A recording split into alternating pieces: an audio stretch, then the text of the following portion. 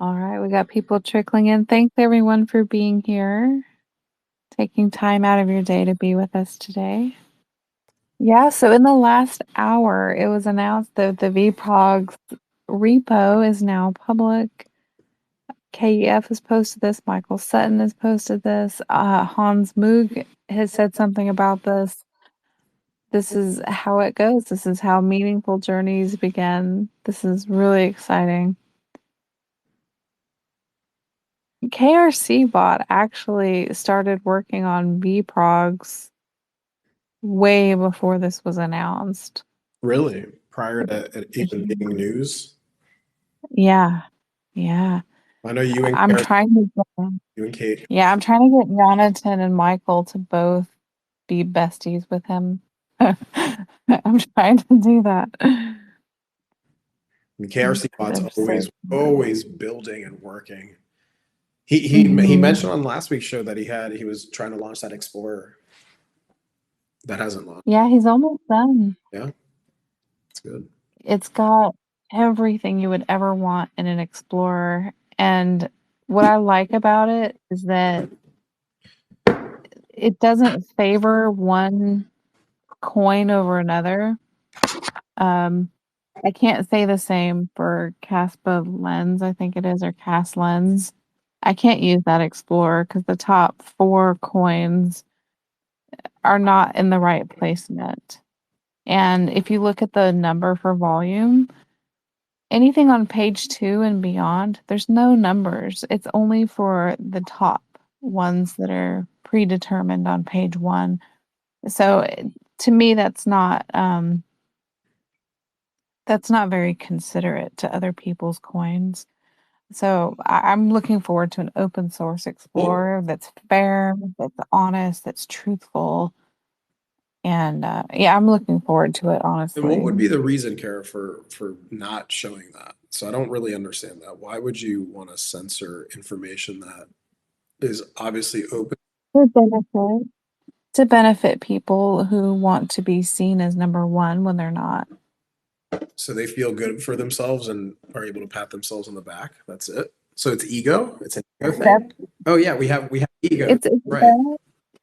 it's ego, but it's also, hey, look at my coin. It's number one, even though it's not even close. So Or I just, even, and I'm, yeah, and I believe that there's a friend group, and the same group of friends are always grouped at the top, even though those numbers at number 1, number 2, number 3, number 4, they're not accurate if we're looking at the big scheme of things. So I'm looking forward to an accurate Block Explorer. My understanding is that Kaspa.stream is doing a really good job of honesty, but because it's not open source, it's kind of hard to say. So I'm looking forward to the new Kaspa Explorer that's almost out. I'm super excited about it, and it'll be open source. We can check and verify everything. beautiful. Yeah. I can't wait. So I'm curious, Juan. You had a talk recently. A bunch of people were tagged within the Casper community to do a space with Digital Gold Talk, and I'm curious how that went. What are your thoughts on that space? Man, I guess it turned into drama. I thought essentially it was a pretty good conversation going through it. And so I did jump in about 15, maybe 20 minutes after the conversation started. And I had to hop off at the end, but I noticed through clips because unfortunately the conversation was deleted. Live Twitter, so it wasn't necessarily a space like this. So it was, we were on a stream and he played it. So we could I could see him and he could see me. And I see Wojak there. I think he showed up early, but he was having connection problems. And if I'm not mistaken, Kaspa teacher was on there, but didn't show himself. And we were just having the conversation, Kara, and I didn't realize this during the conversation, but it now looking back and analyzing the way it went and what he did. So him deleting him deleting the conversation that we had and then putting up a video and saying that invest in Kaspa, the purpose of what I thought the podcast was just to have a conversation so he could learn about Kaspa. Clearly, he didn't really do much research, and he even said it during the stream that he was in love with these 17 coins. So these 17 coins were his babies, and he also mentioned that he hasn't talked to people from every single one of the communities. So the way I took it, because I went and listened to some of his previous interviews, and it seemed like, okay, this guy's pretty well informed. Seems like he's been in crypto for a while. I got tagged to the post, and I thought a handful of people were going to show up. So it was generally us three that showed up, and there was just a lot of it got pretty tense there at the end, because he wanted to know why we love Kaspa, and we mentioned obviously the speed of how it can do transactions. But I did throw in there, and I see him on here, thanks to Parker, because Parker had this hit home for me when we had him on live on the Kaspa standard. I said Kaspa's the global sequencer, the settlement layer. We don't have a truth layer where people can verify truth at the base layer in moving not just money but data. So I mentioned, Kaspa's not just a currency. It's not just about money. It's not about just a store of value. And I briefly mentioned Warp Core and what they're looking to do, and what they're trying to create a market for. And it seemed like the answers just weren't what he wanted. So he had a little bit of an agenda. And then the video that he posted up, he said, hey, it's these guys came off as Kaspa maxis, or they identified as Kaspa maxis or Bitcoin maxis.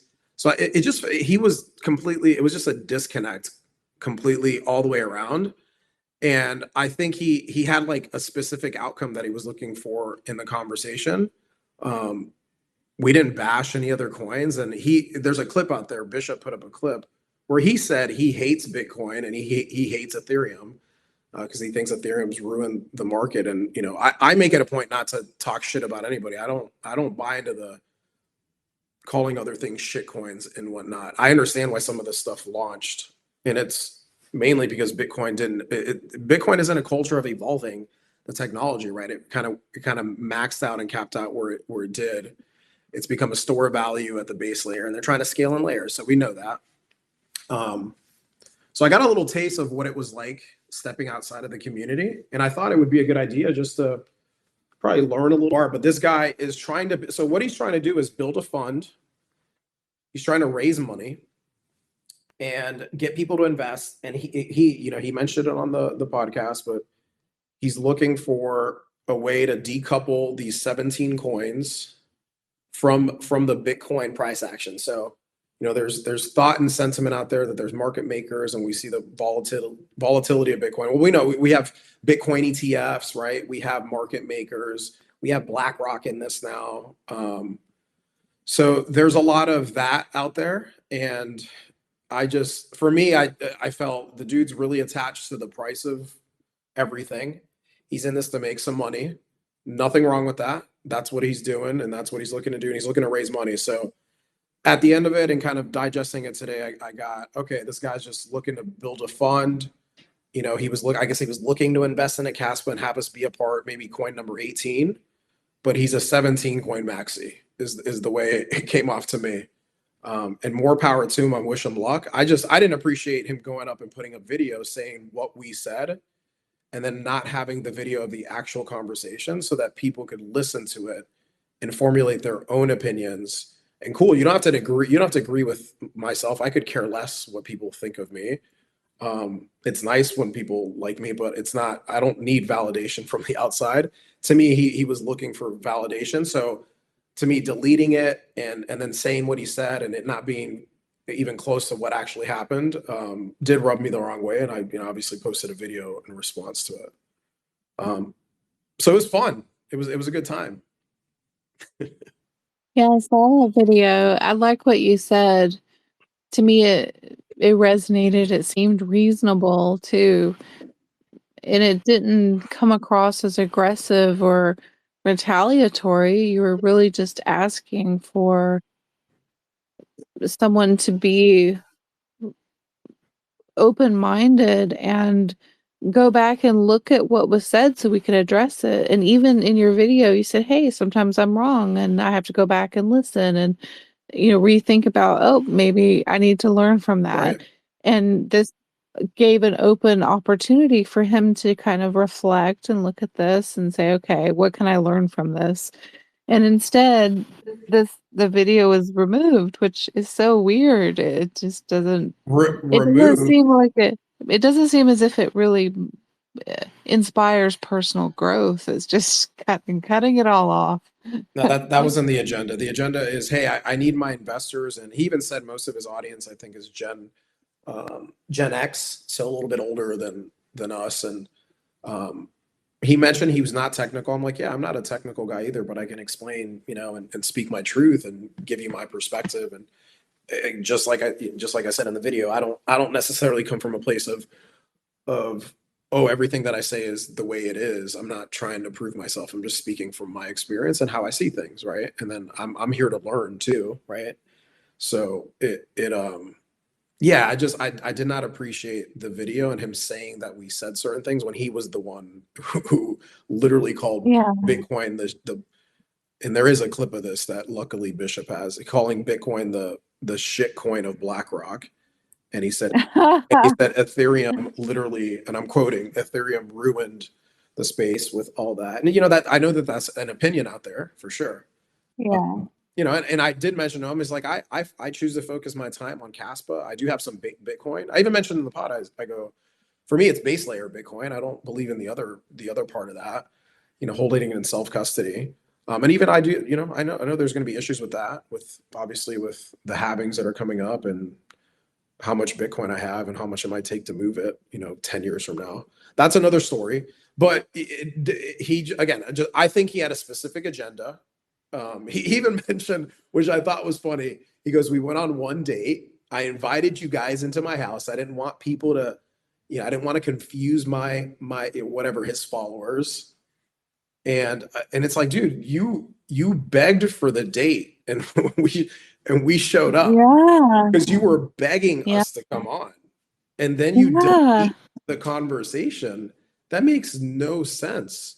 And then you come on there and I get it. You share your perspective, but and the thing is, before I even had a chance to say anything, before he put that video up, he blocked me. So I responded to that post, but he blocked me before I had anything else to say. So I can see and that makes no sense. So I had to. Oh, that is weak. And it's ironic because you don't have the habit of blocking people. You're always I've trying to never work blocked things anybody. out. I haven't blocked a Yeah. single person. There's nobody that's blocked. I had to block somebody who was spamming me. Remember back when the Unchained, not to bring back old news, but when you were managing the Unchained account for a couple days, and I put up a post that was kind of controversial, I got a little bit of spam, right? So I had to block somebody because they wouldn't stop.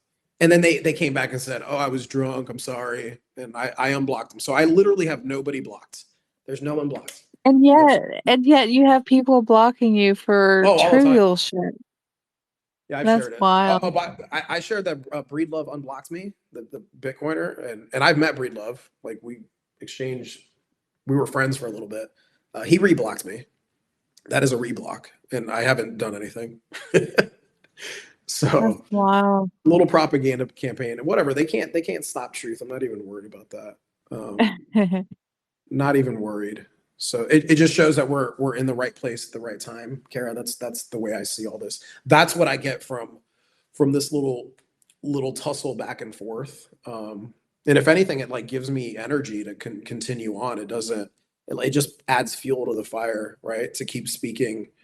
It's like, okay, cool. Yeah, we're having the right conversations, and it's ruffling feathers. And to me, that's always shown, okay, I'm on the right path. As long as I'm staying in truth, I'll be humble and say, okay, shit, I was wrong about that. I have no problem saying when I was wrong, or taking a look at a different perspective. You've gotten to know me. This is our 14th show. I'm Yeah. not. I'll bring the pit bull out if the pit bull needs to come out, but I'm pretty chill. I'm like my friends call me like a Yeah. warrior chief, chill type of dude, but I played football for 9 years too. I have that guy in me. He's there. Oh yeah. You've seen it from time to time, for sure.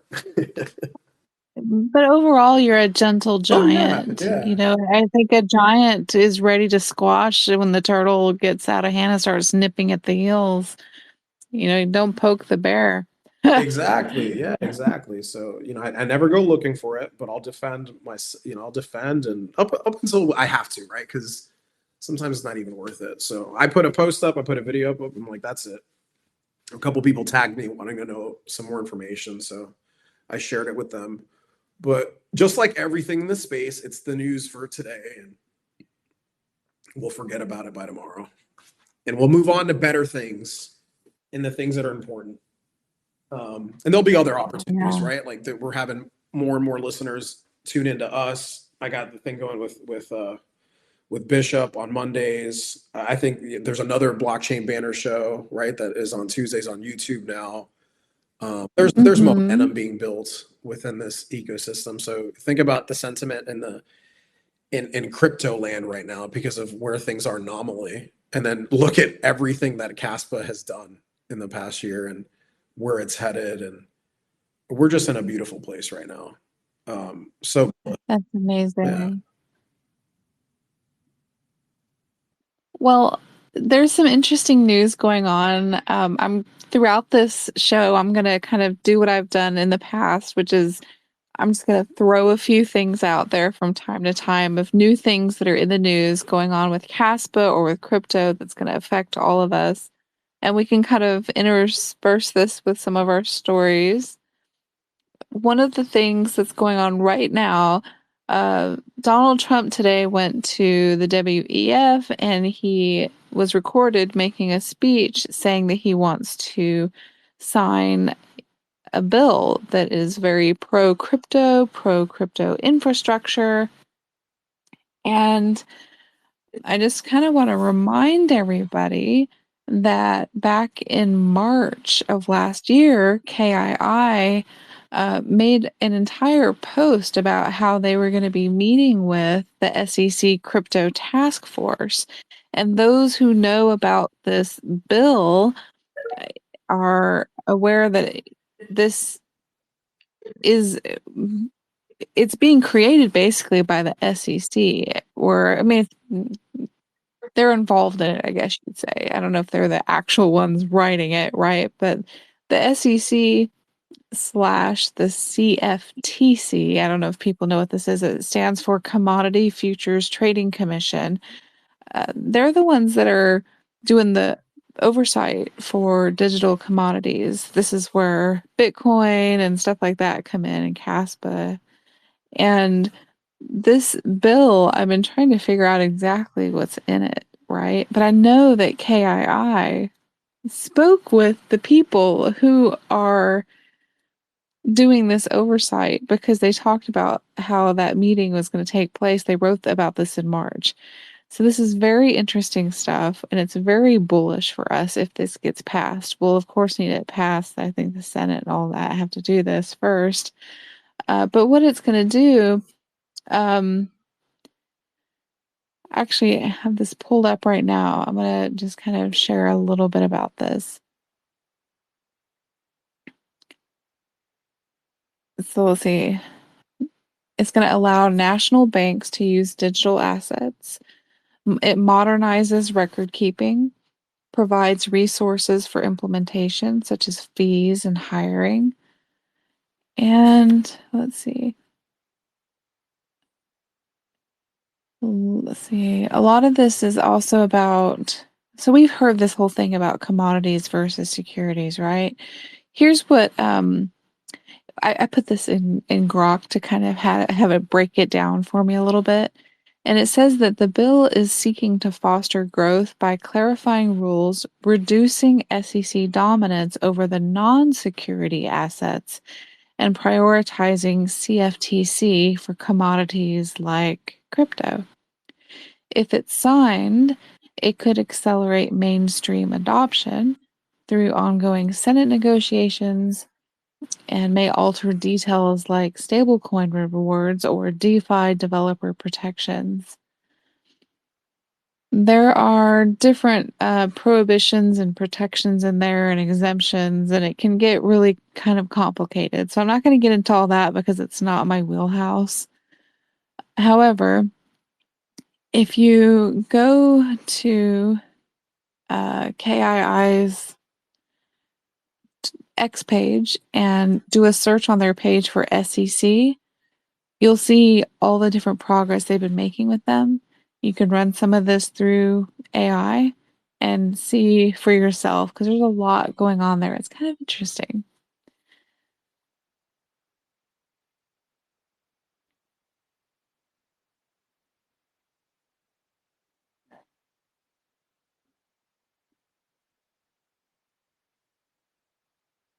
I'm going to read this part.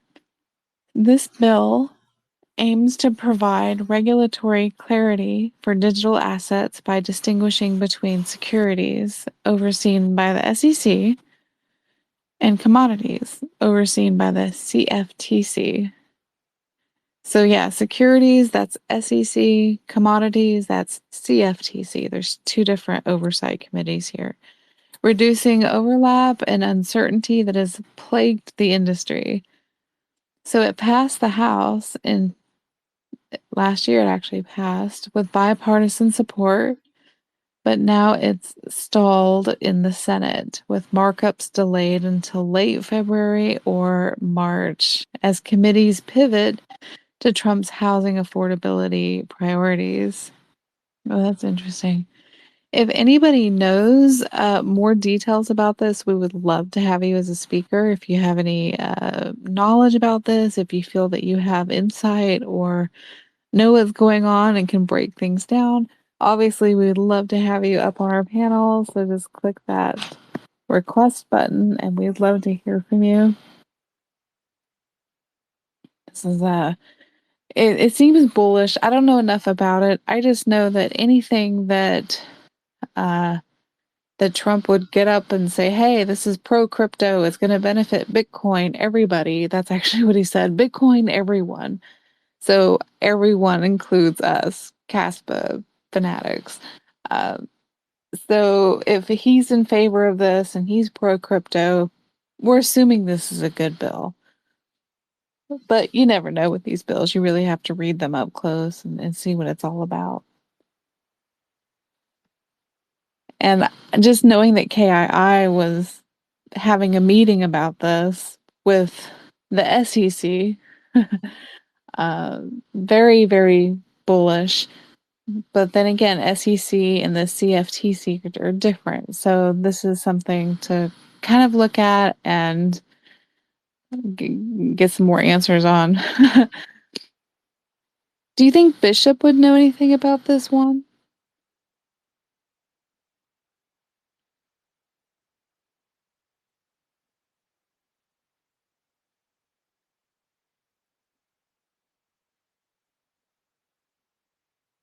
I can't hear you.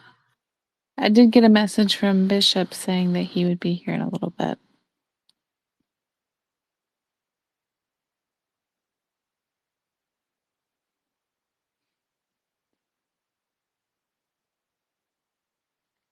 Juan, are you talking? Can anyone hear Juan or do you just hear me? If you hear Juan, do a thumbs up or something.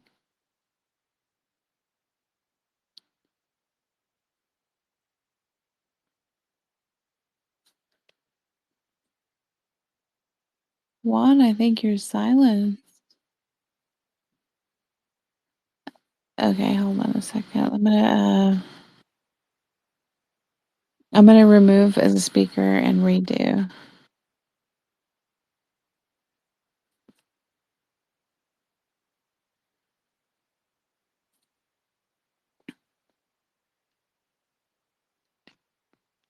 Hmm.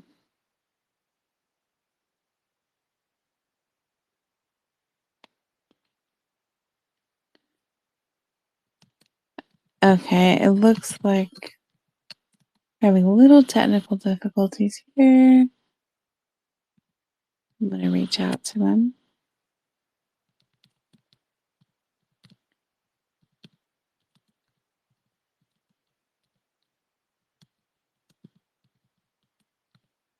1 second.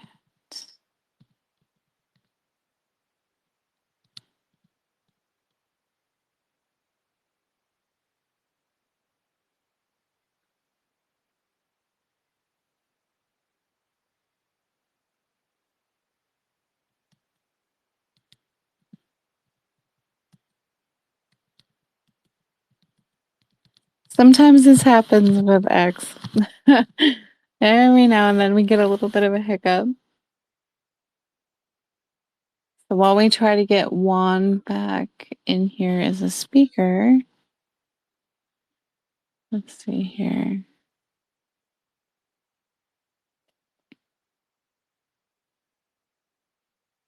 Yeah. Oh, we got Rory and Juan. I just added you as a speaker. I left you hanging. My bad. Can you hear me now? Okay. Yes, we hear you very nice and clear. Very good. I dropped off really quick and I had to be added back on. So I'm as a speaker. Put me. You have to put me as a co-host in order for me to share any of the Yeah, of like the VProg stuff that you mentioned earlier. you should have an invite. Donde está? Okay, it'll come through. Awesome. And Yeah. Rory, I just resent a speaker Oh, thing I he's saw there. that you He's a speaker. requested. Okay, I guess it's just on delay for me because I don't see it yet. No, that's perfect. So he can take over. So I know you asked if that's a Yes, bishop I'm might hear glad. something, but you shared about the KII. I'll let Yeah, Rory I want jump to in. hear firsthand rather than guess. I really just kind of want to know. So we'll hear from the source, which I love. Hey guys. Hey, Rory. Great for you to stay up for us. We appreciate Yeah, it. great to have you again, Rory. And I have so much respect for what you guys are doing. And before you start talking, I just want to say that I spent hours yesterday and today going back and listening to speeches and interviews of you and of Paul, going back a long time to kind of see how you guys have grown and what you've been doing. And I feel that you guys are keeping your word. And so when I saw that people were calling you guys scamming and vaporware, I really got upset about it because I could tell that you guys are doing something really good. And I think you've done your due diligence by being cautious and not making promises you can't keep. And I just really respect that a lot. So I just wanted to just let you know that I really appreciate everything you guys are doing. And for being here, obviously, as well. Well, I have a call with uh, East Asia in a little bit, so um, an early morning call with China, so the time difference doesn't help. Um, yeah, yeah, I think if you've gone through interviews and things that we've said in the past, I think we're consistent in what we've always said. Um, we're consistent in terms of what our mission is. We're focused on exactly what we were founded to do, which was to be a market enabler for Kaspa for industry. I don't know why anybody would come to the conclusion that we're scammy because we're not we're not doing token issuing. Anybody that sees a token that's linked to any of our projects, that's not real. It's not us. We're not issuing any tokens. Um, the products that we're developing are for industry. They're not available for retail.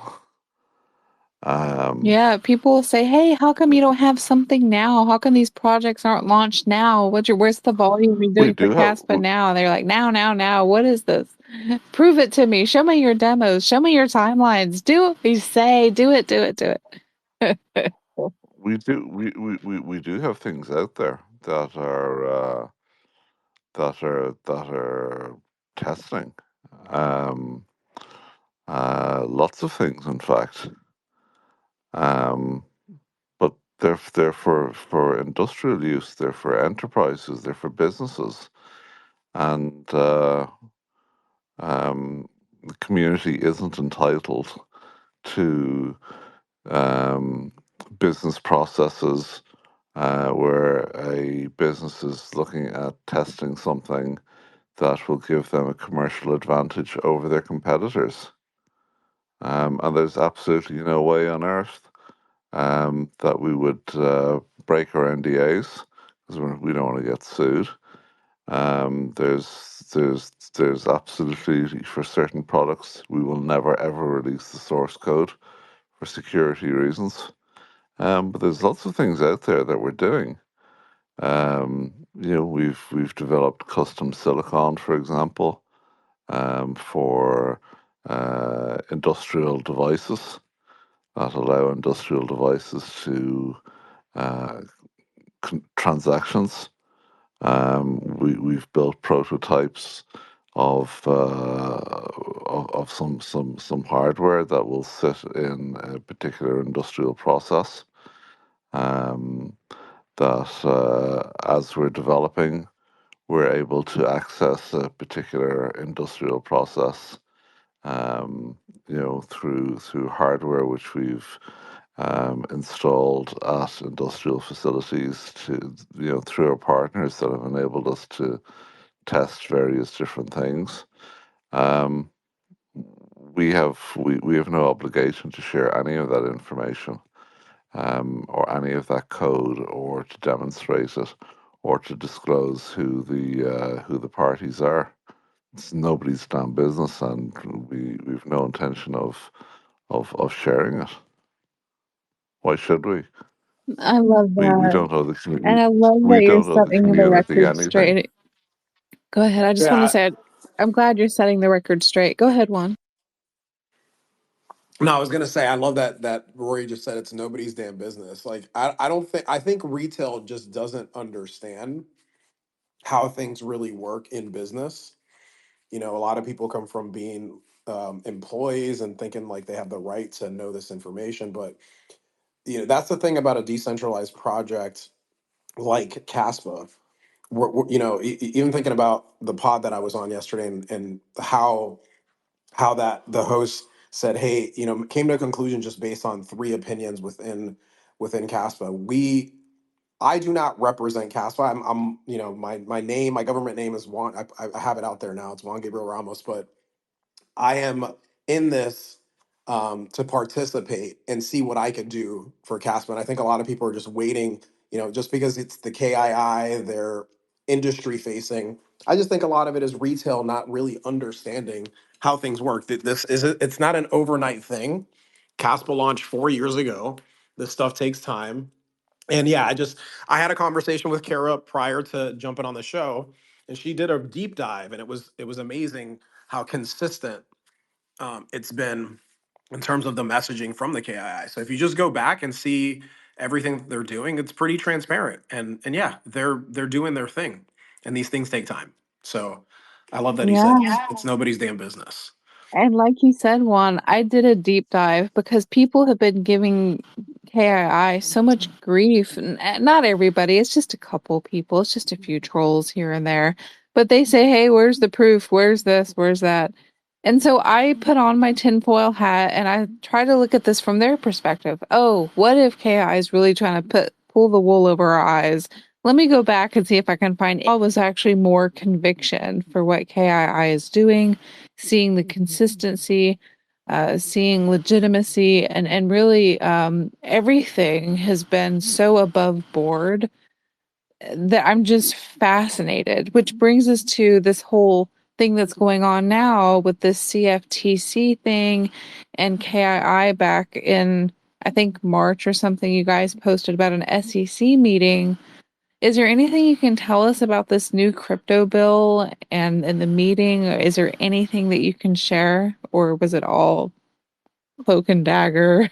Like, what can you No, no, share? no. It was very simple, actually.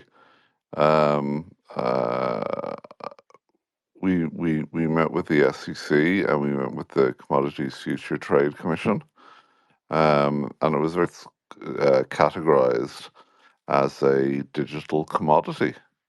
So it wouldn't it wouldn't come under the auspices of the SEC.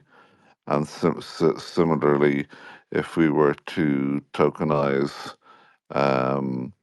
or create a facility for the trading of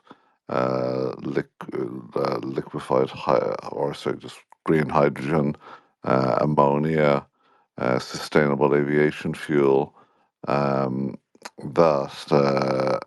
they were represented digitally, so there were digital representations of the actual commodity, that they would also fall under the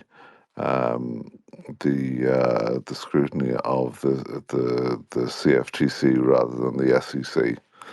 And then our message to the SEC was quite clear. Kaspa, it's very difficult. Bitcoin gets a free ride on everything because it's totally decentralized with anonymized founders, and it has effectively been grandfathered into everything in terms of regulation and everything else. And it disappoints us when we see Bitcoin specifically mentioned as a specific asset, by regulatory agencies, when Kaspa, for example, has exactly the same attributes that Bitcoin does, except if you try to officially apply or whatever else, you're suddenly met with these forms which are designed for crypto crap, backed by VCs and private companies that are not true digital commodities but digital securities. No matter what way they want to spin it, any of the other things out there, including Ethereum, which is an aberration in this, where Ethereum is classified as a crypto commodity. But that's because it originally started as proof of work and so on. But we take issue with things like pre-allocations and all of those sorts of things. So the meeting was to essentially ensure Kaspa's position as a true digital commodity rather than a digital security, and to express frustration that anything new that has exactly the same attributes as Bitcoin gets treated differently, and they want to know your registered office, who your directors are, and they want a full the full typical due diligence that goes into any regulated financial services business, which is impossible to do with Kaspa. So that was basically what the meetings were for. It was to establish that and demonstrate that Kaspa has the qualities of a crypto commodity, or a digital commodity, rather than that of anything else. Can I ask you, what was the reaction when you said, "Hey, can you not just mention Bitcoin?" What was the reaction to that? Well, once we explained it very clearly, they understood it. But what was quite interesting was that Sailor had been in a few weeks before, and produced a digital taxonomy on what the different crypto classes were. And we simply referred to that and said, look, this is something that we support, and we believe that this is the right structure. It's one of the good things that Sailor has actually done.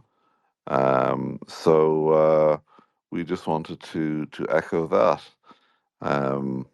So the rest of the conversation, we had discussions about gigawatt coin, and how gigawatt coin would be viewed if it was backed by commodities and digital commodities, and what that would look like from a regulatory perspective. If we were to build a basket of assets into a stable coin that included commodities, what that might look like from a regulatory perspective. In terms of the specific legislation going past, I can't going through at the moment. I can't really speak to that because Bara from our team is responsible for institutional relations and deals with all of the national regulatory agencies, particularly in Europe, but also further afield. So I don't have a particular view on or sight on what's actually happening with the various legislative actions that are going on in the US, because I'm focused on other things within our ecosystem. So in the WEF, there was another video that surfaced that was talking about wind and solar and carbon net zero, right? All of that. So I immediately thought of KII. And there was this talk about how China is the one building the batteries. And I remember that back in November, you guys went to China.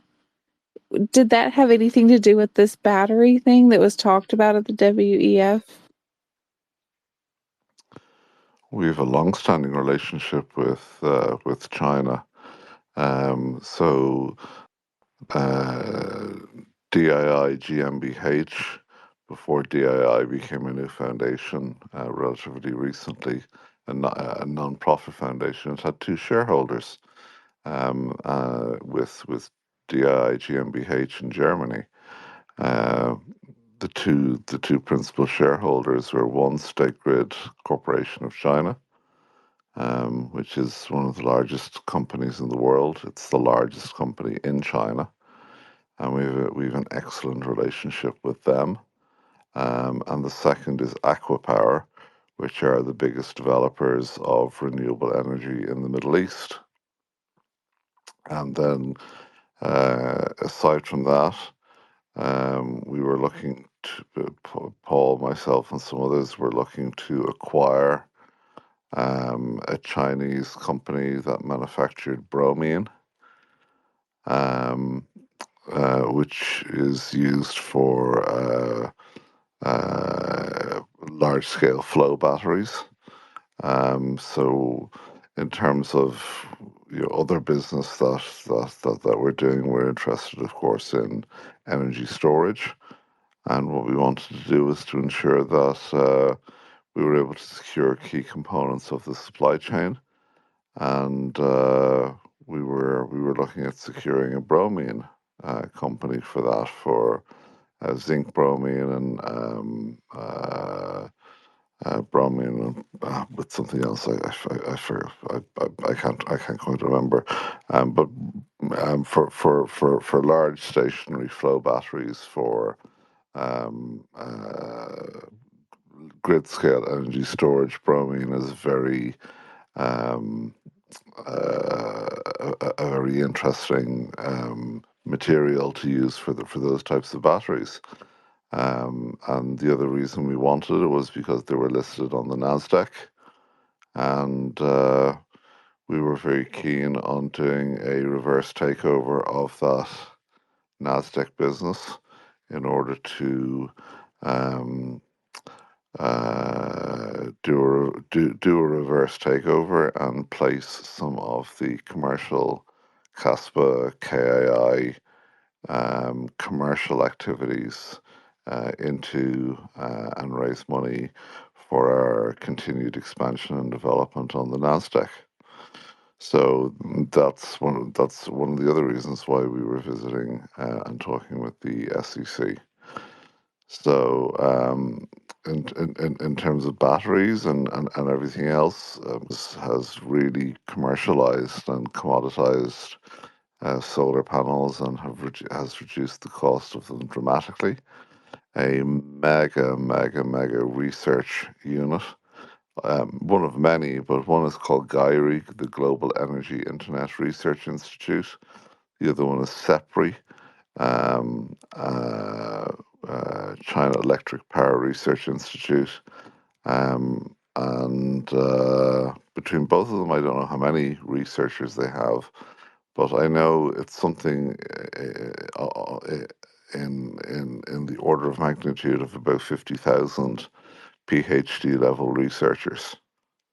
So we have a very good relationship with them because um, they are one of the historical shareholders of DII before it transitioned into its most recent form, and they're the top partner listed within DII itself. That's so fascinating. Wow. Bromine batteries. I don't even know what bromine is. Is that a metal? What is that? It's a liquid that's extracted from the ground. It's usually associated with natural gas, and you then it has these big attenuation pools, and you these huge pools, and you naturally just let the water evaporate, and you're left with bromine. So there's three main areas of bromine production in the world. One is Israel, the second is Sweden, and the third is China. I see. Okay.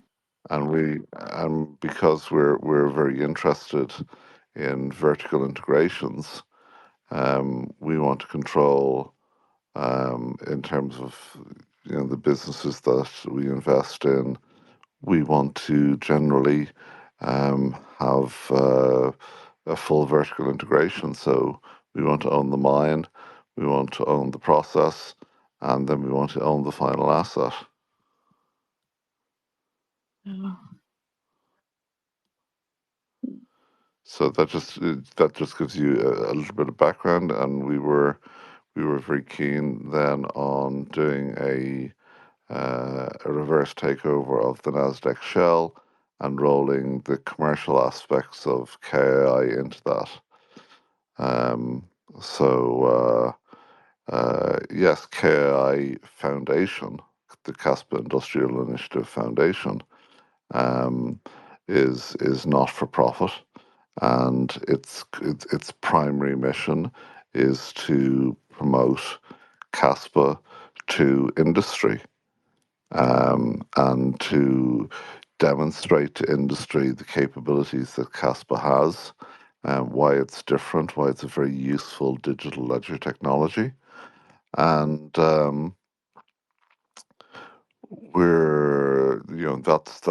that's our core mission. And then the second part of it is to act as a market enabler.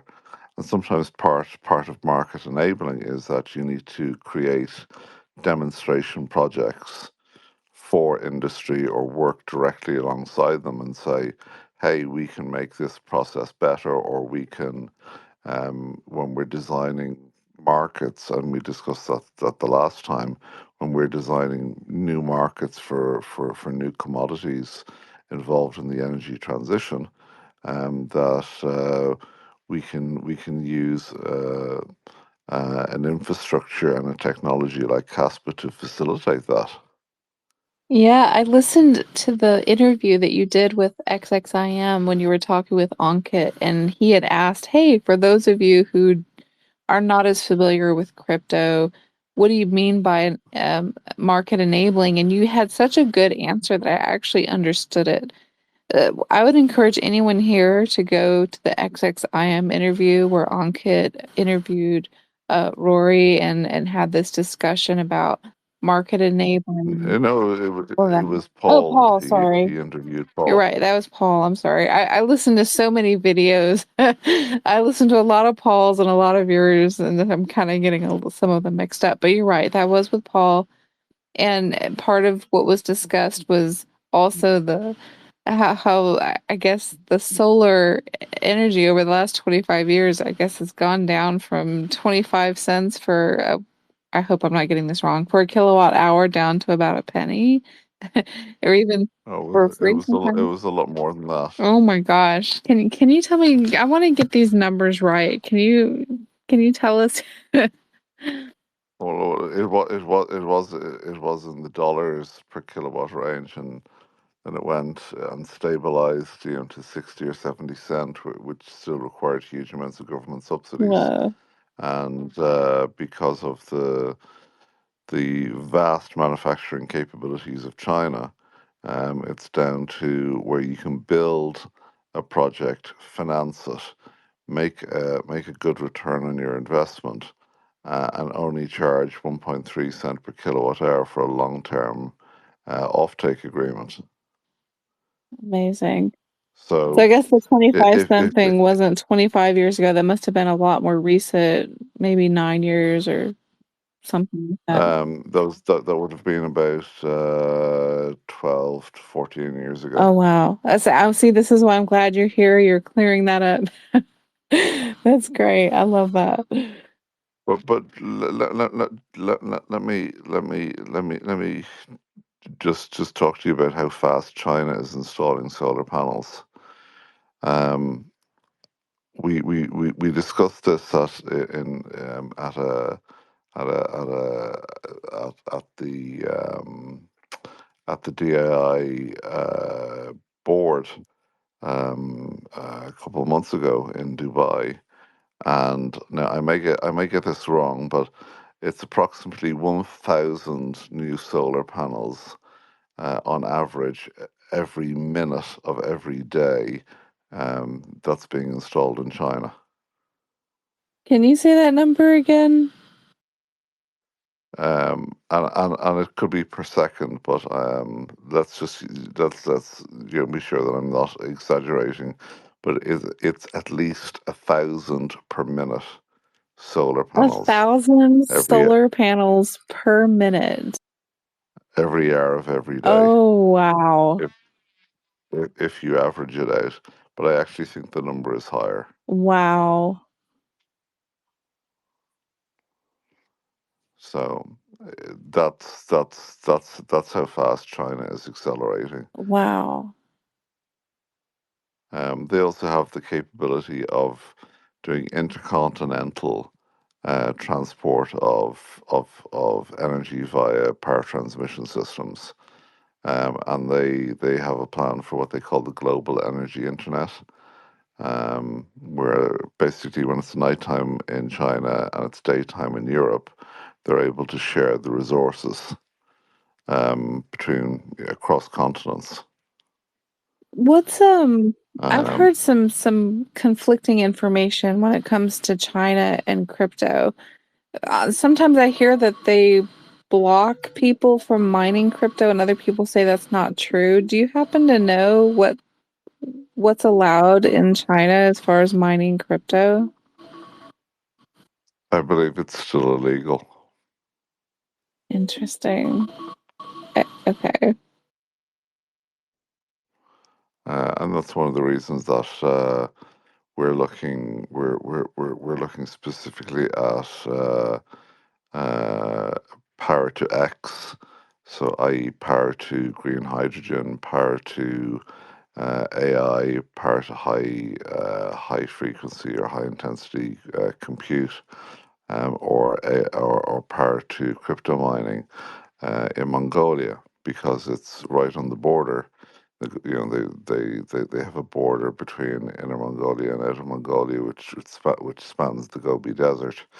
But then, uh, in terms of sovereignty, you can locate a data center physically very close to China for mining or whatever else, and be able to capture the data coming from people who want to use AI compute and have their data outside of China, or have their crypto transactions conducted outside of China. So Mongolia is very strategically important for us going forward.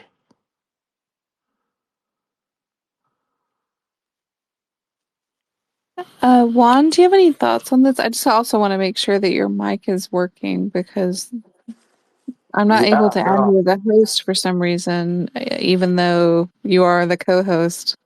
it's okay. It's all good. I think I've accidentally not added you in the past. So I know you're just getting me back for that. That's really what's happening. No, it's not. I can't add It's you. okay. I'm I glitching forgive. I out. forgive. It's all good. No, no, I'm enjoying the back and forth with you and Rory. I found a post there that said 100 solar panels. I posted on top, or said every sec. 1,000. Yeah, he said 1,000. So I found a post that says 100 every second. I know Rory said 1,000 every minute. Wow, So that's no, a lot. it sounds like all bullish, bullish news and great. No, no. So I've been enjoying the back and forth with you and Rory. You did the deep dive. You did a deep dive. So Dude, there's so much that I learned. I'm so fascinated by all of this. There's so much that I didn't even consider. I mean, my mind is still blown over everything. I mean, just the fact, for instance, that KI is doing this pro bono, I had no idea until today when I was going back and listening to some old videos and old stuff. It's so Well, incredible. it's in our interest because we're looking at the next decades ahead, and the decades ahead that we're looking at are very important because you know we're DII last week in Abu Dhabi. They announced their outlook for their 2026 outlook to 2030. You can find the report on their website. But effectively, there's 800 major projects being developed in the MENA region in terms of just large scale energy related projects, and we're tracking them very closely in the DII database. So the IEA, the International Energy Agency, says by 2040 global electricity consumption is going to absolutely skyrocket because there's going to be greater electrification, and electricity consumption will become the basis of the global economy, because of greater electrification in terms of buildings, air conditioning, e-mobility, decarbonisation of industry, and data centres being the key driver.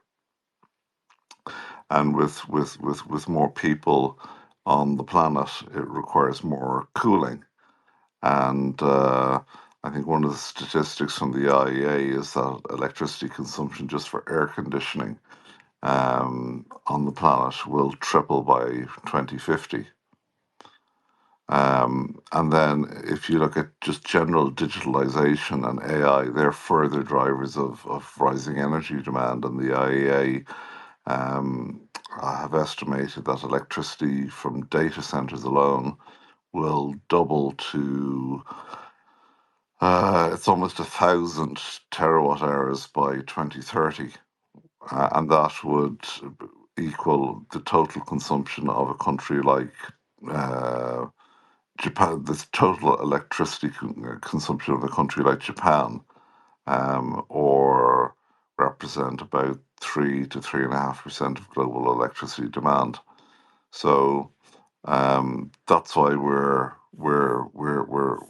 interested in this, because the market wants clean, affordable energy, and rightly so. So there's a lot of high cost pressure, and affordable energy is a decisive factor for the economy and prosperity. Um, and there's always this balance between profit and climate. And if we're able to facilitate better trading, less abuse and fraud and everything else within the energy industry and the new forms of energy that are emerging, particularly related to green energy, where there's carbon permits and all of that sort of stuff. That's very good for society in general, but it's also very good in terms of um, uh, businesses becoming more profitable, because the margins in energy, yes, energy is a huge business, but the margins tend to be quite thin. So anything that we can do that can introduce more efficiencies into that, by using things uh, like Kaspa is quite important, because digitalization of power generation means uh,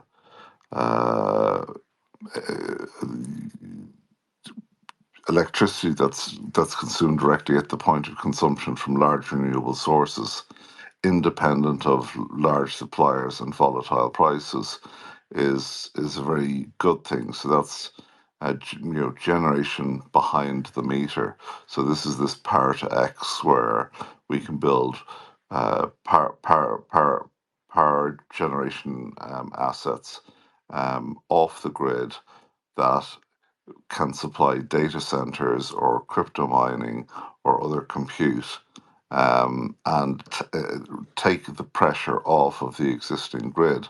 So, here's the thing: everybody wants off, everybody likes their chat GPTs and their AIs and everything else, but they don't realize that if these hyperscaler data centers, when they're added onto the power grid, and there's new sources of generation coming onto the power grid, um, all of the infrastructure that's required for doing that, the new power lines, the new transformers, and all of that, will power, all of that gets socialized, and you end up paying for it.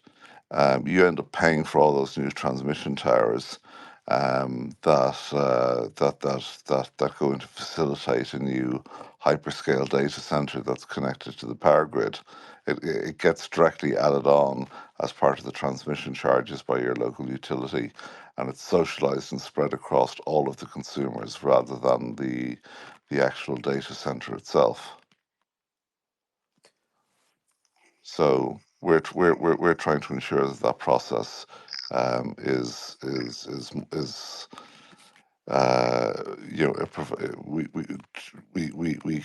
we can do it with greater security and independence, in a more efficient way. So that's ostensibly why we're there, and we think Kaspa is a very useful infrastructure, because as it continues to develop and ultimately develops into a real-time decentralization network, well, energy works in real time. So Kaspa is a very suitable use. So it's quite offensive and insulting that people claim that we're being scammy or whatever else. Why would you come to that conclusion? Right. We're not asking the Kaspa community or the crypto community for anything. We're simply saying we want to support Kaspa, and that's it. We're developing products that are useful for industry, particularly the energy industry, and how we're building them. We're not going to disclose our source code, because this infrastructure, these products and these applications are being built for secure critical infrastructure. Do you think we're absolutely nuts? Are we off our head that we're going Yeah. to disclose source No, code that's I used think in critical Roy, infrastructure? I think that's mostly retail and people that don't really get it and are impatient, and maybe some. Yeah, well, they can Yeah. go fuck themselves. Hey, there we go. Tell it like it is. It's the people that need the number to go up, that need Casper to be at like 10, 15, 20, 30 cents or a dollar by tomorrow. So there are those people out there. So I mean, it's just exciting to hear the breakdown, and obviously learning from you and getting to talk to you here the last couple weeks, and hearing you on the other blockchain banner, because a lot of the things that you're talking about, I think about where we're going, where we're moving to. So again, to just hit on all the things that are coming, and the infrastructure, the old legacy system that's in place right now. And in my study of Bitcoin, and then discover, you mentioned Sailor earlier, and I put up some laughing emojis because the narrative still out there is, hey, Bitcoin is the only digital commodity. And Kara asked the question in terms of what It's completely useless for the energy industry. It's exactly, so absolutely that's what I was going to useless. say. So based on what you have shared, and just, I mean, almost common sense, right? If you understand Bitcoin, every 10 minutes, like you just said, energy is instant and it needs to be moved. So I'm just thinking about what it would look like when when Kaspa is ready for the real-time decentralization, and what this is going to do, and what that does to, one of Odie's concerns last week, where he's like, we got 2 years for the security budget, and what I got from the way you looked at it is like, it's not even a concern. Just if you only knew everything that we're working on, and you obviously can't disclose everything because of the NDAs. But yeah, we appreciate what you are sharing. It's not only NDAs. It's we have real issues in terms of global security, national security Mm, interests, infrastructure security interests, and that's why we're not disclosing certain yeah. things, and that's why gigawatt coin will never be available for consumer use, because it's not designed for that. It's designed specifically for the energy market, for the energy sector. The same with the Zeta trading exchange. It's for actors in the energy system. And similarly with GeoSeal, we announced GeoSeal because there's lots and lots of other applications for it. Um, like my phone exploded today, with people saying, "Oh my God, we could use it in our processes for X, Y, and Z." Um, we really would love to talk to you about this. But GeoSeal is for high value assets, or for assets that are potentially open to fraud. But we decided that is something that we will make available to businesses and enterprises for commercial use. But we've already been using it and testing it for a while. So, for example, um, we connected to what are called GNSS receivers, or basically GPS signaling devices. You might occasionally see guys standing, a group of surveyors standing on the road, and they have these poles with these little round balls on top, and they seem to be just standing there, and they're taking sight lines. They're mapping exactly where infrastructure is, and so, for example, if China is installing 100 panels per second, or I thought it was 1,000 a minute, but either way, we're that's a lot of solar panels. We want to make sure that those panels actually physically exist in those physical locations, because one, they have a finite life, and so the renewable energy credits that go along with that, are recorded. And if we use, for GeoSeal, external, what are called GNSS or RTK receivers with high accuracy, um, they're they're down to the centimeter or sub-centimeter accuracy level, where a phone GPS is accurate to 3 to 5 meters. So, there's a lot of responsibility. If you want to start tokenizing those assets, you want to know exactly where they are. So that leads me to another question, because you're saying, okay, it's to know where it is, but in the tweet that was made, it was clear that this is not tracking, this is proof of existence. So can you kind of Yeah. explain the distinction? Because you want to know where it is, but it's not tracking. So what do you mean by that? Um, it's exactly what it says it means. It means, you know, we want to prove that an asset actually exists. So if there is a power plant or a particular facility, or a metering point that measures carbon or whatever else at a particular location, we want to prove that it exists in that specific location so that we can trust that it actually exists and it's producing emissions information from that particular location. I'm just using the carbon markets because that's ostensibly where we're starting from. Or, you know, for olive chain, we want to know that that tree exists in that location and it physically exists. That's awesome. I had a Or a weird. shipping I container know this is with enterprise and shipping, but I have a question. You don't have to answer this, but I want to ask.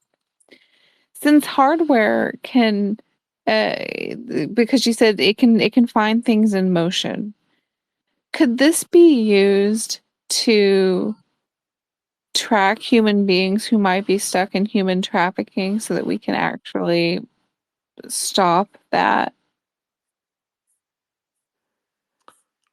well, it's going to have a there needs to be Or a is it worse? there needs to be well you will know again you could take the exact location with an identity document or biometrics and prove that somebody was in a particular place at a particular time.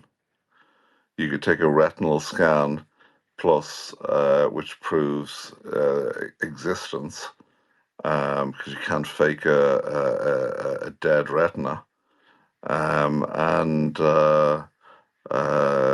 know, attest that a particular biometric signature was at a particular place at a particular time.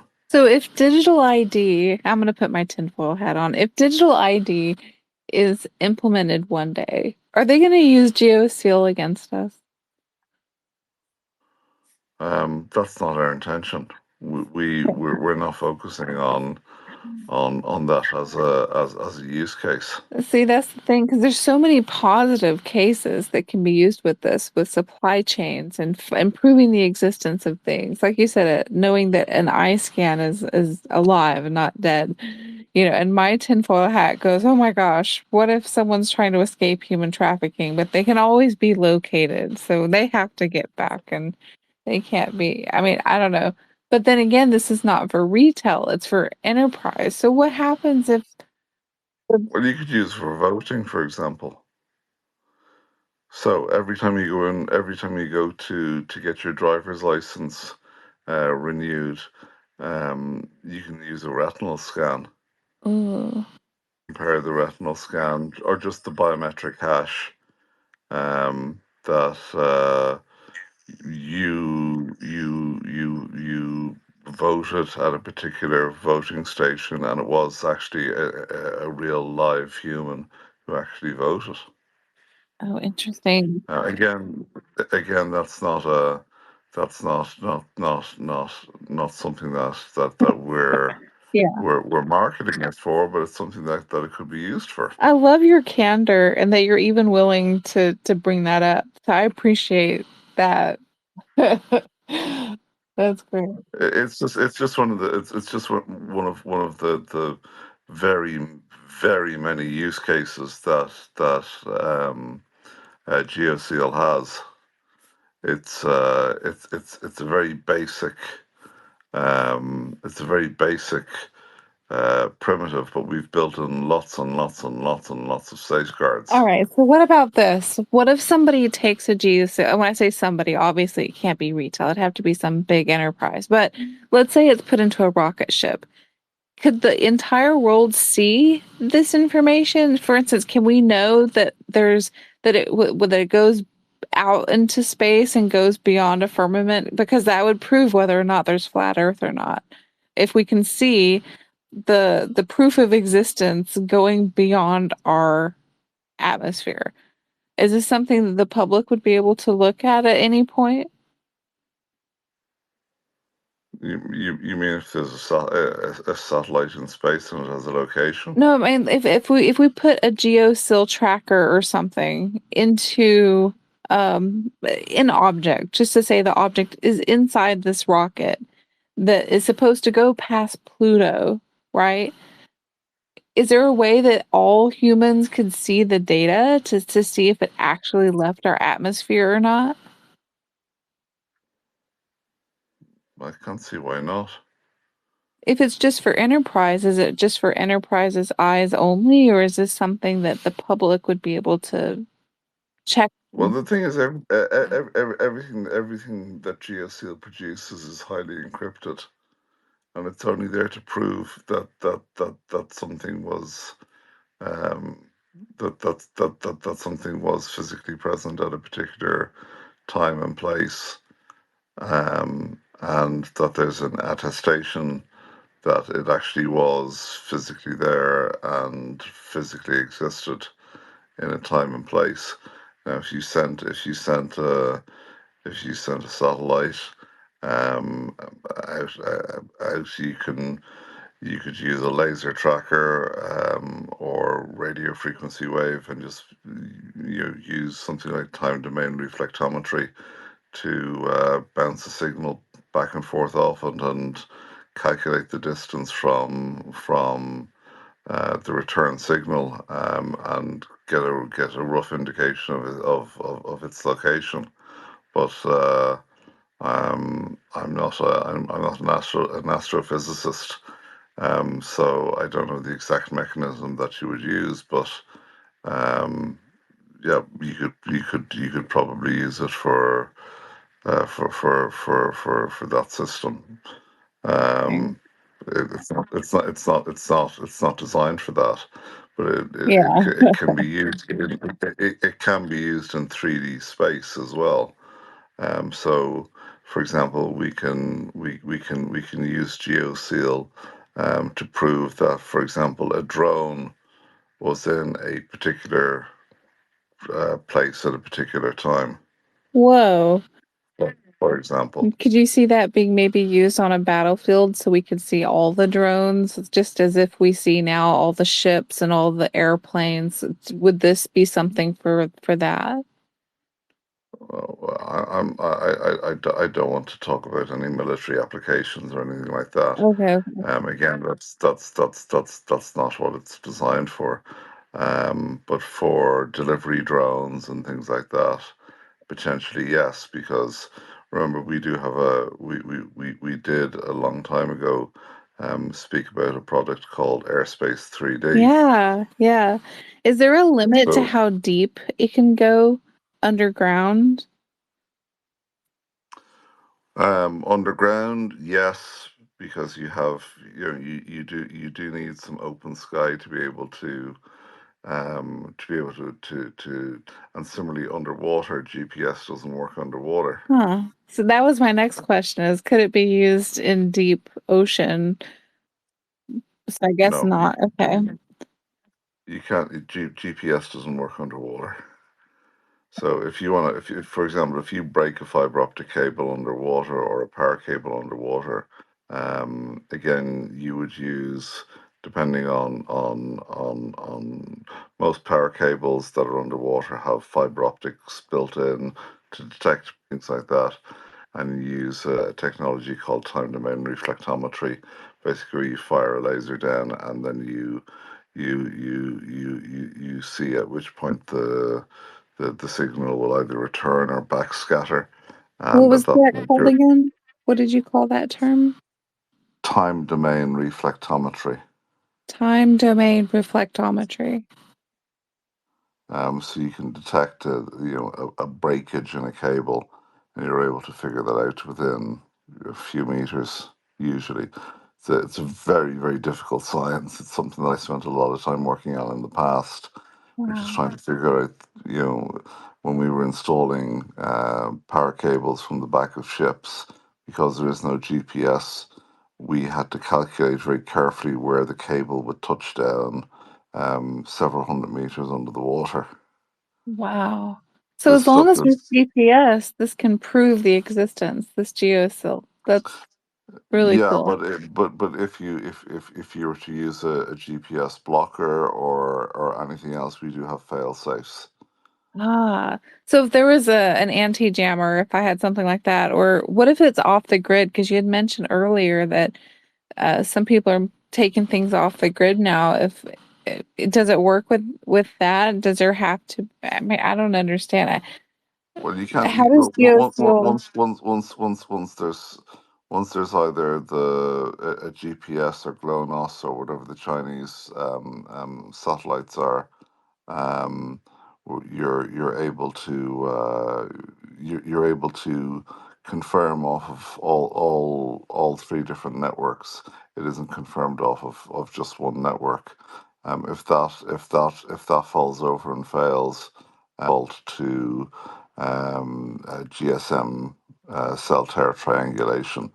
And then if there's another blocker in place, then you can't actually add a geoseal to prove that an asset is in a location and that it actually exists. Oh, If you, wow. Is this using a satellite to look at some guarantee that there is a cow right there? Is that how it's doing this, or is it human based where a human verifies it? there's a combination of different things depending on the different applications. So Hmm. some require proof of human presence Oh, as part of the attestation. I bet this was a huge undertaking to do this and create this. I can't even imagine. Yeah, it's we've been working on it for a while. I bet. This is, congratulations, by the way. This is on the edge of technology. I mean, I've never heard of anything quite like this. And the fact that this is happening on the Kaspa network is so cool. Yeah, so Bitcoin can't do it links back then to corporate GIS systems and things like that. Um, uh, GIS standing for Geographical Information Systems, or basically sort of corporate industrial versions of Google Earth. Um, so, you can. One of the nice things with zero knowledge proofs and encryption and hashes and everything else is that you don't have to disclose the underlying data. You can prove that an asset exists by just having the particular hash on Caspa being validated. That's the brilliance of this, is that it doesn't require knowing all of that. It's cryptographically provable. The hash itself says it's here, we can prove it. You don't need to know all the little stuff behind it. It's here, it's real, it exists. Boom. Exactly. And that's what's for, and the applications for it are extensive. I imagine. I mean, when I heard that this was released, that it's here, my initial brain just went in a million directions of all the different use cases of this, and it just got me thinking about how difficult this must have been to implement, because this does not sound simple. This sounds very complicated, but the end result is so simple for the end user. It's just a hash. And E- that's what e- makes it so genius. Exactly, and that's the whole idea. It's the same way we approached Warp Core. We went directly to the end result. That's the most important one, which is the receipt that the transaction actually happened and it's recorded on chain, rather than trying to retool, entire banking institutions.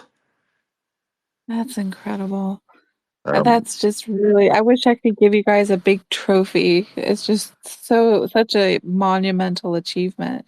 but It kind of reminds me of the fact that we can cryptographically prove the Genesis block without having to look at everything leading there. We can just know that it's proven. It's kind of, to me, a similar situation. well, it's extremely important for the tokenization of real world assets. So if you want to tokenize a building or land or a mine or whatever else, um, or the emissions coming from a factory, you need to prove that that asset physically exists in that physical place at that particular point in time. You can't tokenize anything unless you can prove that it exists in a place and it's there physically at the point of tokenization. That it's important to have something that fights against fraud. That pretty much every other real world asset tokenization nonsense that's out there has failed to address. But it's the very first thing that you need. So this is the beauty of coming from the real world and not crypto land, because we regularly see fraud when it comes to carbon certificates coming out of places like China and India and everything else, and they come from very, very dubious sources. In some cases, the facilities just don't exist. Is this going to save money in an industry by rooting out fraud? Yes. So not only is energy consumption going to be going up, but the cost of money being lost will go down. So this actually has a huge benefit to the fact that we're having more energy consumption. It's not just And energy, it's logistics and supply chains and everything else. Where is an extremely high value asset at a particular point in time? Does it exist in this place at this particular point in time for, a high value asset? I want to go ahead and open the floor to anyone who may want to jump up on the panel and be a speaker. If you have any questions or would like to um, just have some comments, anyone can request to speak. Normally, Juan could even say this, but for some reason, I can't add him as a co-host. But for those joining us, he is a co-host.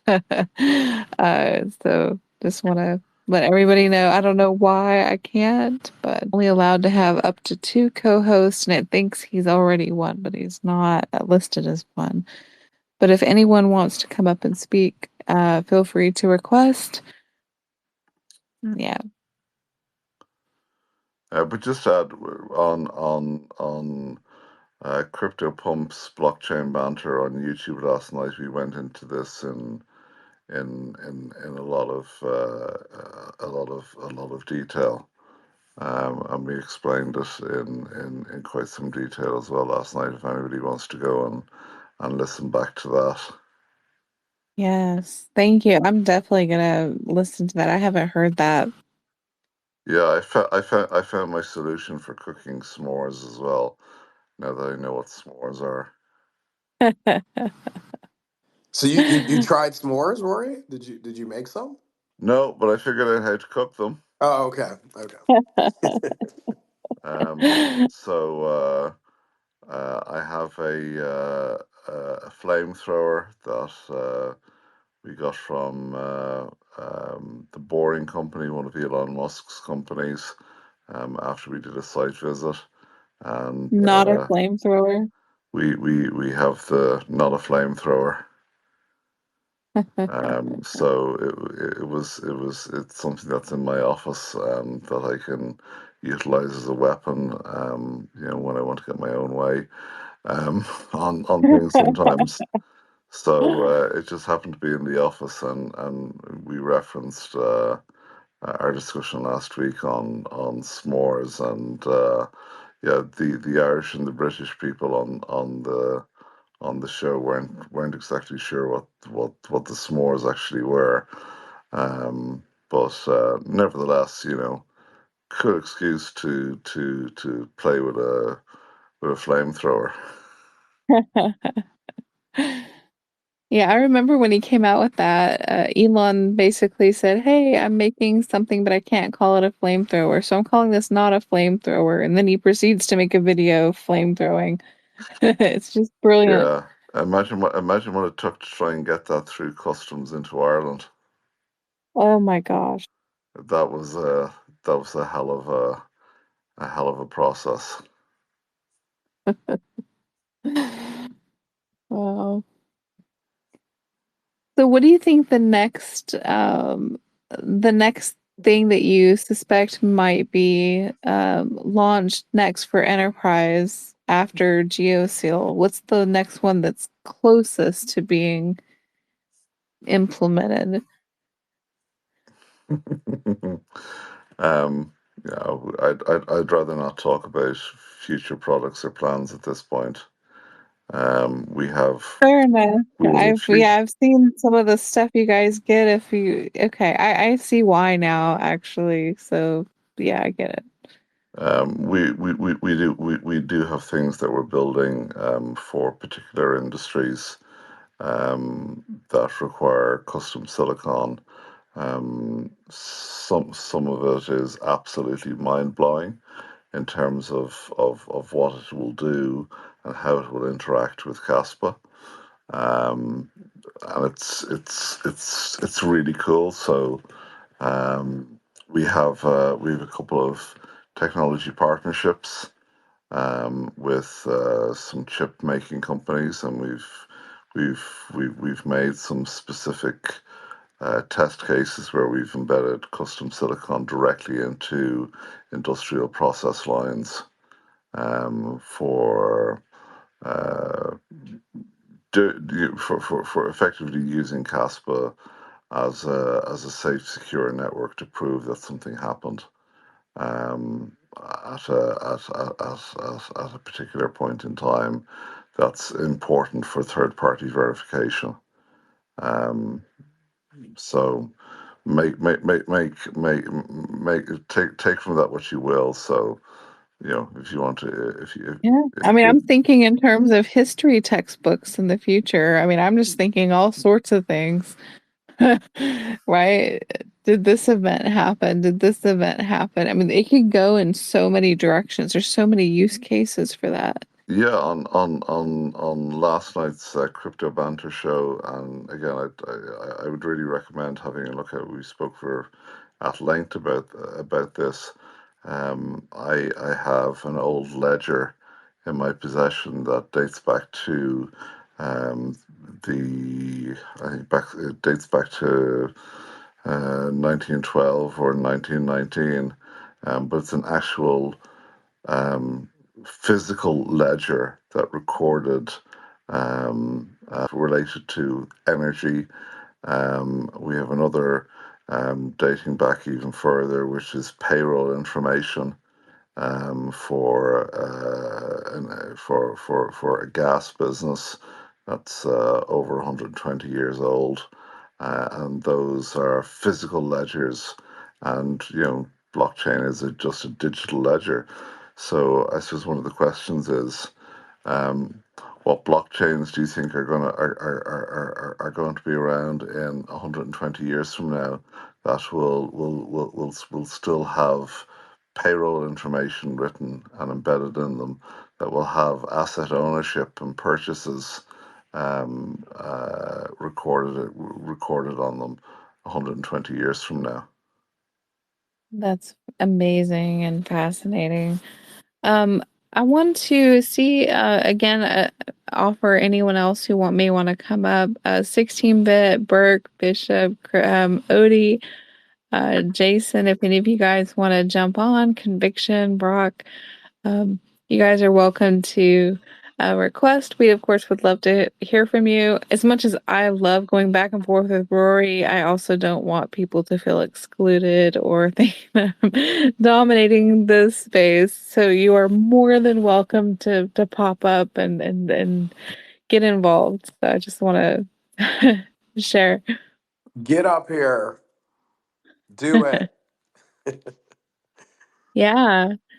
By the way, I went ahead and posted the interview that you did yesterday on the Blockchain Banter on YouTube. So it's in the comments and it's up on the Jumbotron for people to check it out. I haven't checked it out. I definitely will. fantastic. I'm No, definitely going to listen. I want to hear it. I want to know all the details. it's well worth listening to. But I will. what's quite interesting is the GitHub for VProgs was the work in progress for that was published today, and that's extremely interesting and extremely helpful. Yeah, VProgs is now on So repo. that I Yeah, think that's amazing. is it's a great piece of news. And there was also some interesting posts I saw today that we were tagged on, which is how can the community communicate and market better using the community's own resources, outside of crypto Twitter, to just bring more attention to Kaspa. And I think that's a great idea. Someone said we could do it on an X space, but I think it might be better to start off with. Perhaps just via some Zoom calls with ideas, and then bring them into the open for effectively, let's use the community to act as an adversarial red team, and uh, you know see what the results of the initial brainstorming amongst maybe 10 or 15 people from within the community. Yeah, and branching out to other social networks, working on Yeah. networking with people who have a lot of followers, that sort of thing. And also, there's new bridges I just kind of want to mention. Cascat, um, Cascad, I think it is. They announced something with Mexi. They're going to be doing some DeFi. Um, let's see, Zealous swap to a cat bridge is something that I heard about today as well. Um, there's things happening that are really good. I love seeing the bridging. I love seeing people working together, collaborating. Because one of the things that I've heard that's been very discouraging for developers coming into the Caspa space is that there's a lot of people who hold their cards really close to their chest, and a lot of information isn't shared, which can be discouraging to new Caspa developers. And it's really encouraging when people are collaborating and reaching across and saying, hey, here's some information I think you can find useful. So I would encourage collaboration and innovation, creativity, all of that just goes hand in hand as builders to build each other up. Because my understanding is that in other communities, such as Ethereum, people are really excited when they hear about people's new ideas and they say, hey, let me see, here's what you can do, try this. But here in Caspa, there's more of a competitiveness rather than a shared collaborative attitude. So I'm hoping that uh, by me even bringing this up, this could maybe help shift that and influence that a little bit to make it more open to developers. I wouldn't say working together, but being open to the idea of sharing knowledge when it can be shared, right? Reaching across when it is something that can be done. Obviously, with intellectual property, that's a different scenario. But if it's something that can be shared, it can really help boost the morale of developers for Kaspa. And that's what I would encourage for everyone listening. A lot of the folks listening are really concerned about um, price and everything else. Now, I'm not going to comment on price action or anything like that, but one of the things that I discussed last night at length is if you think as Caspa as a very unique piece of global infrastructure moving towards the ultimate goal of being a global decentralized, real-time decentralization network. That's a very, very big story in its own right. It's a very significant piece of global infrastructure that has huge impact on the world. And it really tends to bother me when we see all of these financial institutions who want to dip their toe in the water right now in terms of um, you know CBDCs or stable coins and all of that sort of stuff, and they're kind of defaulting onto Ethereum and things like that. Um, they're going to realize the scale and the scaling issues and the gas problems and the fact that the EVM ecosystem continually has these weird updates over time. It's not stable. And what business likes is it likes stability. Hmm.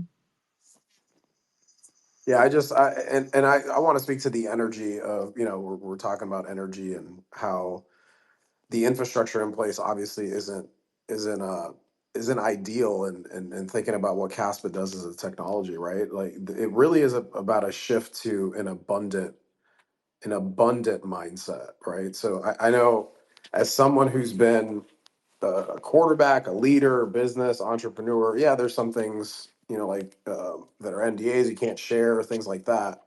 But I just encourage people within the community, like Kara's talking about, when you're willing to just, help the person next to you, it creates even more of an abundance, right? Like most of the news, most of the shit that we see, and even inherently, human instinct is like to be very protective of information and sharing knowledge.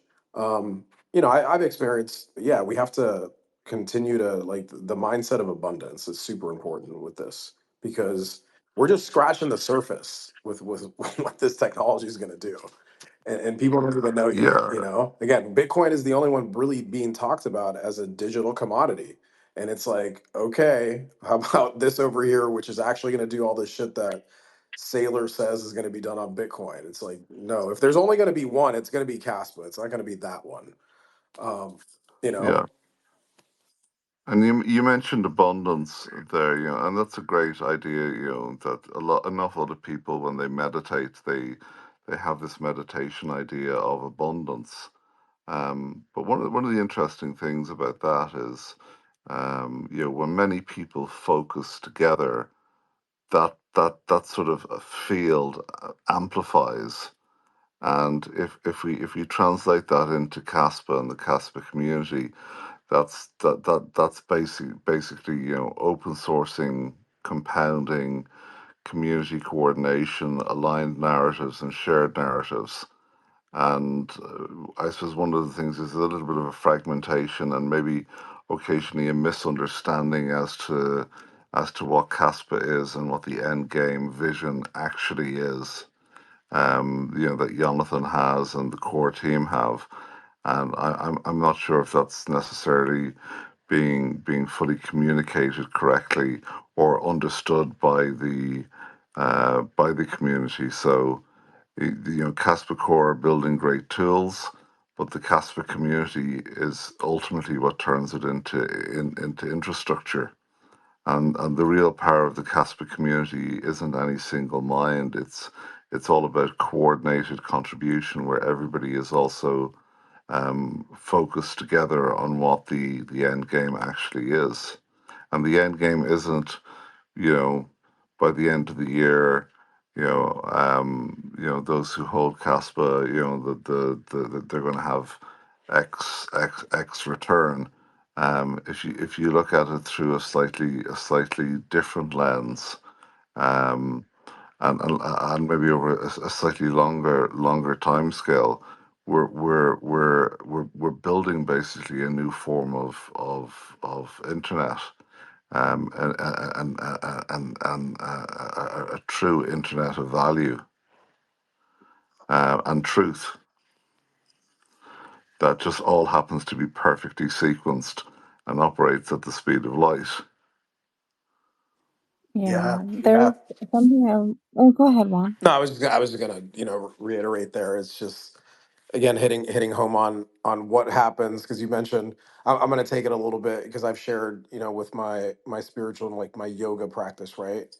And what you find when you really go within yourself and realize like the capabilities that we have as humans, a lot of times there's all this noise on the outside that kind of keeps you confined to thinking like there's a scarcity amount of things out there, or everything's maybe beyond you, but everything is literally within us. And I do compare Caspa and the way it's being built as this brand new, more of a representation of who we are energetically and how we can expand with truth, right? So speaking on the truth layer and what that does for us. So just again going back to the energy of this and what it is, I personally haven't met Jonathan and haven't spoken with Michael, but I'd love to start talking to those guys to get in their heads, because we do need to communicate this more. It's just like we're we're building something. They're obviously building something so beautiful.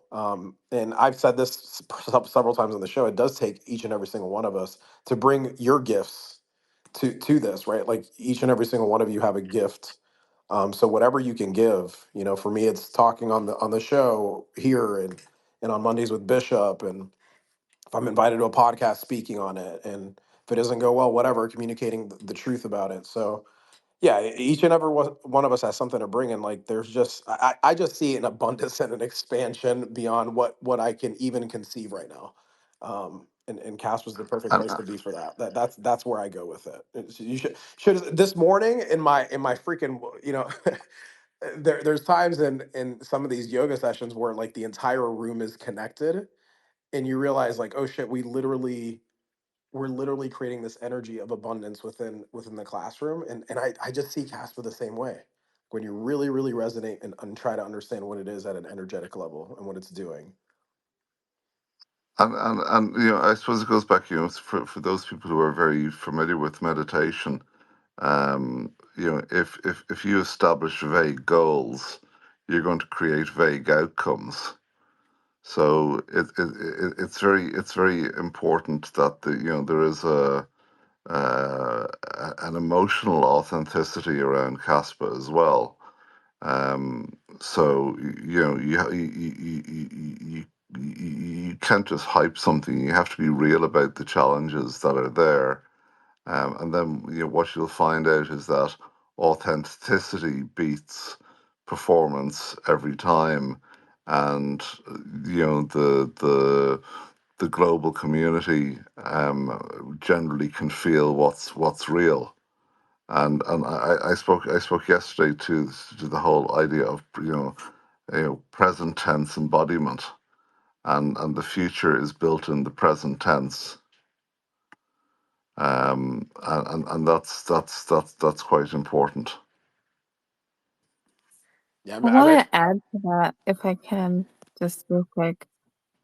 The positive vibe here, I'm loving so much, but it also makes me want to speak up for this other side that I hope they're listening.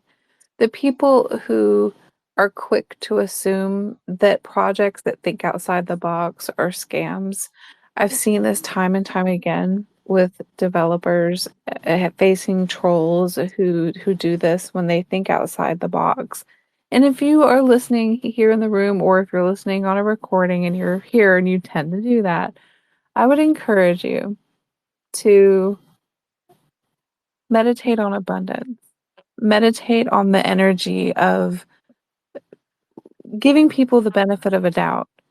Right? I'm not saying go ahead and trust everybody, but give people the benefit of a doubt until proven otherwise. There's people who think outside the box that are creating things we've never seen before. And sometimes the knee-jerk reaction is, oh, that must be a scam because that's utility and not a meme. Or that's doing something that I can't see with my own eyes and it's hidden, so therefore it must not be real. The whole thing about Kaspa is to be able to show what's never been done.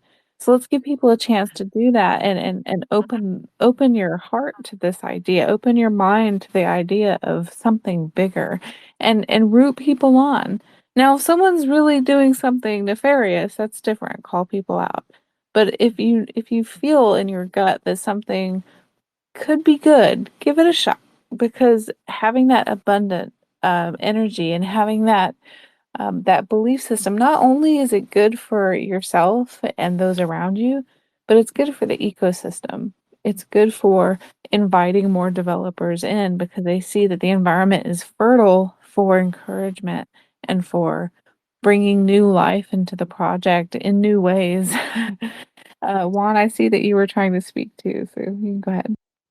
No, that was beautiful. That's no, that was great. So yeah, no, we're saying we're saying how important this is, and okay, the thing is where we see the trolls and the negativity and all that is mostly online. I've been to some of these CASPA events. I was in Berlin, obviously, and in London. And one of the things that really resonates when meeting CASPA people is, like, I think a lot of us are very like-minded and in that abundant type of mindset. It's just, online we get the retail that wants things right now, and they're sprinkled out throughout there. But I think, as long as we continue to embody the core principles of how we see this, it's going to play out the way it plays out. And then to speak to what Rory talked to, that really resonated, is like, yeah, everything in the future is out there, but it's we got to be right here, right now. Right here, right now is where you create everything. And when you're in appreciation of this moment and what's possible in this moment, then the abundance and what could be built in the future, that's where that it'll manifest in itself, but from being right here, right now. So it literally, I wake up every day, it's like, what can I do, today, what can I do today to get the most out of today? And I talk about it with, like, I love the relationship I have. I see Bishop down there. If you want to come up, and, well, I know you're at home, so some you say your voice resonates, so I don't think he can come up. But I love Bishop. Always brings me to, like, well, what does that look like, and what do we need to do? And I think it's great to definitely think about that and where it can go. But all of that's created from right here, right now. So the more and more you can focus on this moment and what you can do in this moment, you'll surprise yourself. You'll definitely surprise yourself. So just encourage. And I think what will happen is that, if people take that mindset, you'll end up collapsing the buffer zone. So there's this idea, where, there's a buffer zone where outcomes do take time, and the goal is compressing that delay. So, if you think of the Caspa's technical ethos of speed, efficiency, scaling the system, it's about compressing latency. Um, but in real life, and one can be fast, but if the people there are slow, the whole thing kind of feels slow. And I suppose one of the things that we try to embody within KI, is about collapsing the gap between this tech is powerful and people can actually use it. But, I know I'm speaking in metaphors, um, but I think that's quite important. And it isn't about wishing. It's about being an active co-creator and not a passive waiter. So I'm just going to hold on to everything. I'm just waiting. But if you can be an active co-creator in the space, then it isn't about wishing. It's about participating and focusing, and practicing, and that then helps. This is really where it's golden for Kaspa, because it supports an open source culture. It's very helpful if people, if they have an old computer sitting around, it's not that difficult to run a node, or get involved in mining. With AI and vibe coding and everything else, you can contribute to coding, but you can also contribute to content and education, and be actively involved in community initiatives. And I suppose, one of the things that I really like about the Casper community generally is and the energy that I resonate with within Casper is, don't just hope, build. And the core team have been very consistent in building. And I'd like to think within KAI over the last 18 months, we've been building a lot of things in terms of between market frameworks and market design, where we can actually, slot Caspa in and using it, um, to lots of other things. And I think, there's a lot of people who can actually help change the ecosystem. And those people aren't the ones that are waiting for someday. They're actually in their own way co-creating it. And even by just participating in this X space, you're contributing to co-creating the overall community. And by reposting and retweeting and coming up with unique insights and content, you're part of creating this powerful new tool. Yeah, and literally, I love the concept of like collapsing it into, right, like when you're present and you're contributing in whichever you can, and like you said, people even being in this space, or you learning something new and or communicating with it, or for me it's like I put one of my NFL buddies on a wallet the other day, and it opened up this whole new portal. It's like, do I have enough time to reach everybody that he asked me to reach out to? It literally time is an illusion and all that. It literally, when you're busy involving yourself and giving your time, then it's like, oh shit, 6 months went by, a year went by. It's pretty beautiful how it happens. So, on top of participating in the space and listening and divulging in the information, give it a shot with something. Like I said, everybody has something to offer. Yeah, that's a really great idea. And to expand on that, tech isn't just code. It's lots of layers, and I'm not talking about L1s and L2s. It's about, the protocol. It's about tools. It's about apps, but it's also about story and culture. And I think if one layer is weak, then adoption leaks. Um, and I think, you know, from our perspective in KI, I think we feel like we're strengthening some of these middle layers and the human interface between the protocol and the world from a business perspective. And that's quite important. But the other idea is that, again, everybody who's listening here has an emotional connection to Caspa, and emotion always acts as an accelerant, one way or another. You'll know that if you've ever had a fight with your with a loved one or a spouse, emotion tends to move things faster than dry intention. So Emotion is why communities form and persist, because there's a sense of purpose and belonging, and we're building something that matters. And people don't rally around hash rates and diagrams; they rally around meaning. And I think what Kaspa does is, or what the Kaspa community can do is, they can assist in translating the tech into a felt purpose, and that then acts as rocket fuel for everybody. I just put your. I love that. So what did you say? I wrote it down as soon as you said it. If one layer leaks, I'm sorry. If one layer is weak, adoption leaks. So I just quote. I love that. So I just quoted it and put it in the comments. It's a great quote. Yeah. What was it? Yeah. Tech isn't code. It's layers, protocols, apps, tools, story, and culture. And if one of those layers is weak, then Mm, adoption leaks. love it. We got 16-bit up here.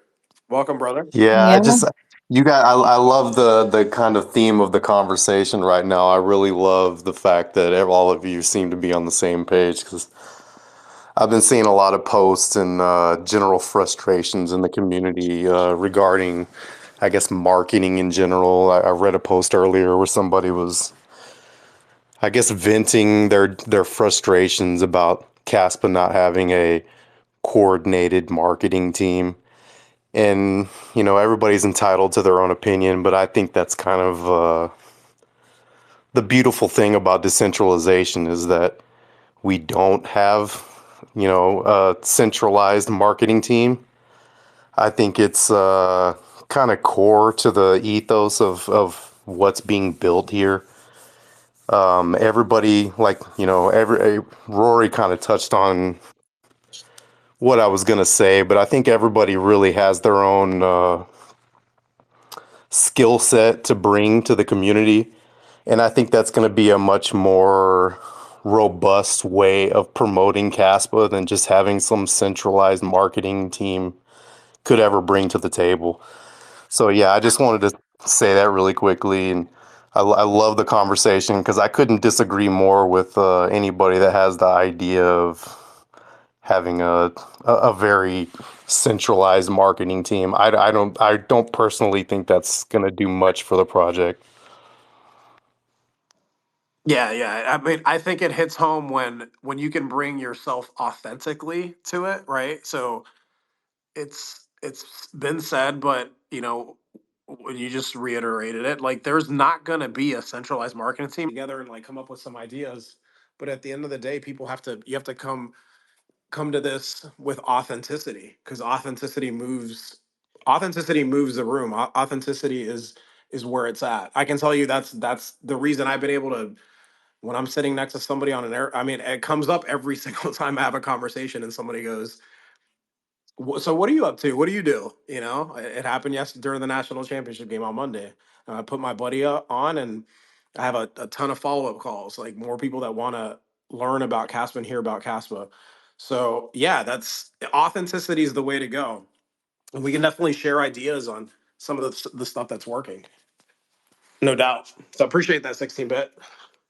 Yeah, for sure, man. It can be something as small as, like Rory said, just running a node, or something as simple as just getting up here and speaking your opinion. It's really just participation and building. My thing lately is just trying to get people to download Cassia instead of using things like Telegram. Let's use this, use the tools that are being built on Caspa. There's lots of things being built out there, and a lot of them really aren't getting a lot of engagement from the community. Everybody seems to just kind of want the number to go up, and that's really not what this is about. We're supposed to be using this coin. We're supposed to be using this to get away from some of these systems that are in place that really aren't benefiting everybody. There's a beautiful decentralized network that we can be using, and I feel a lot of people really aren't using it.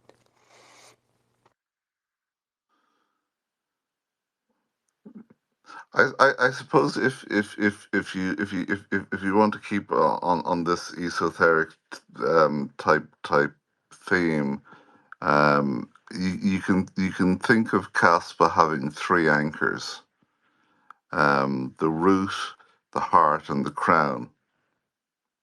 So I suppose this is just a different way of reframing it. There's three anchors for a healthy crypto ecosystem, and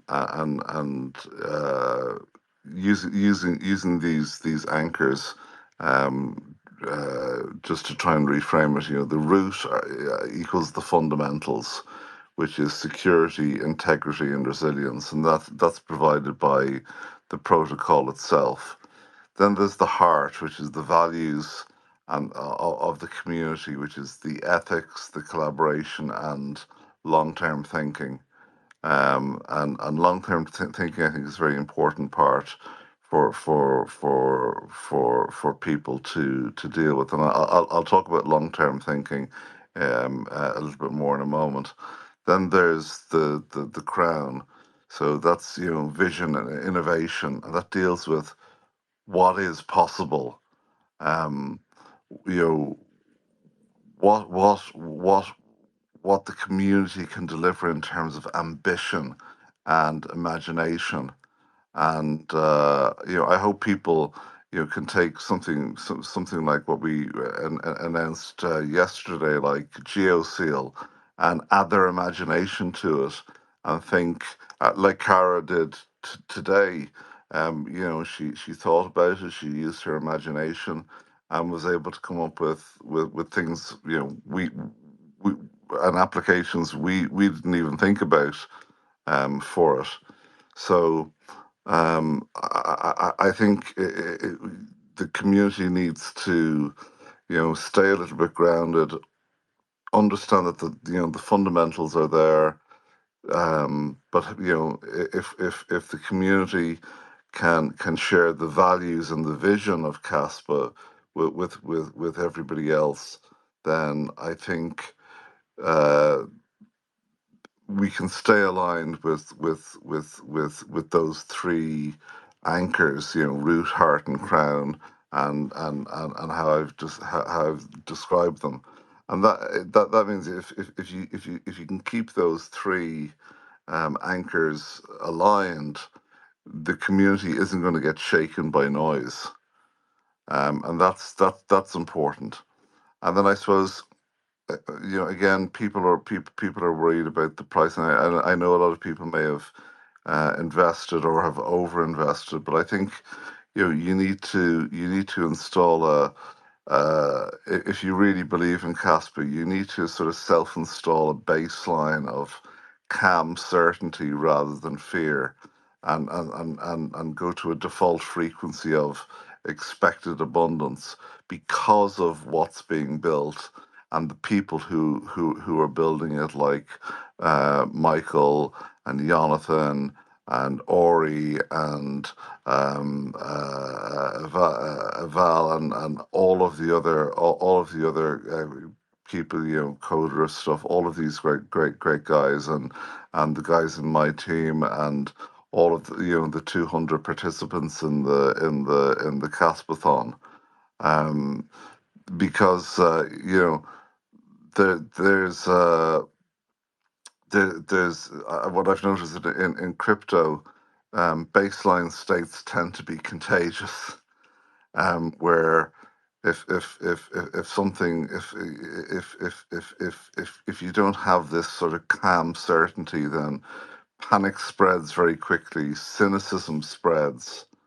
But at the same time, if you have this calm certainty and this cause of the actors that are out there and that are trying to build, you will end up with some degree of grounded optimism because of that builder focus.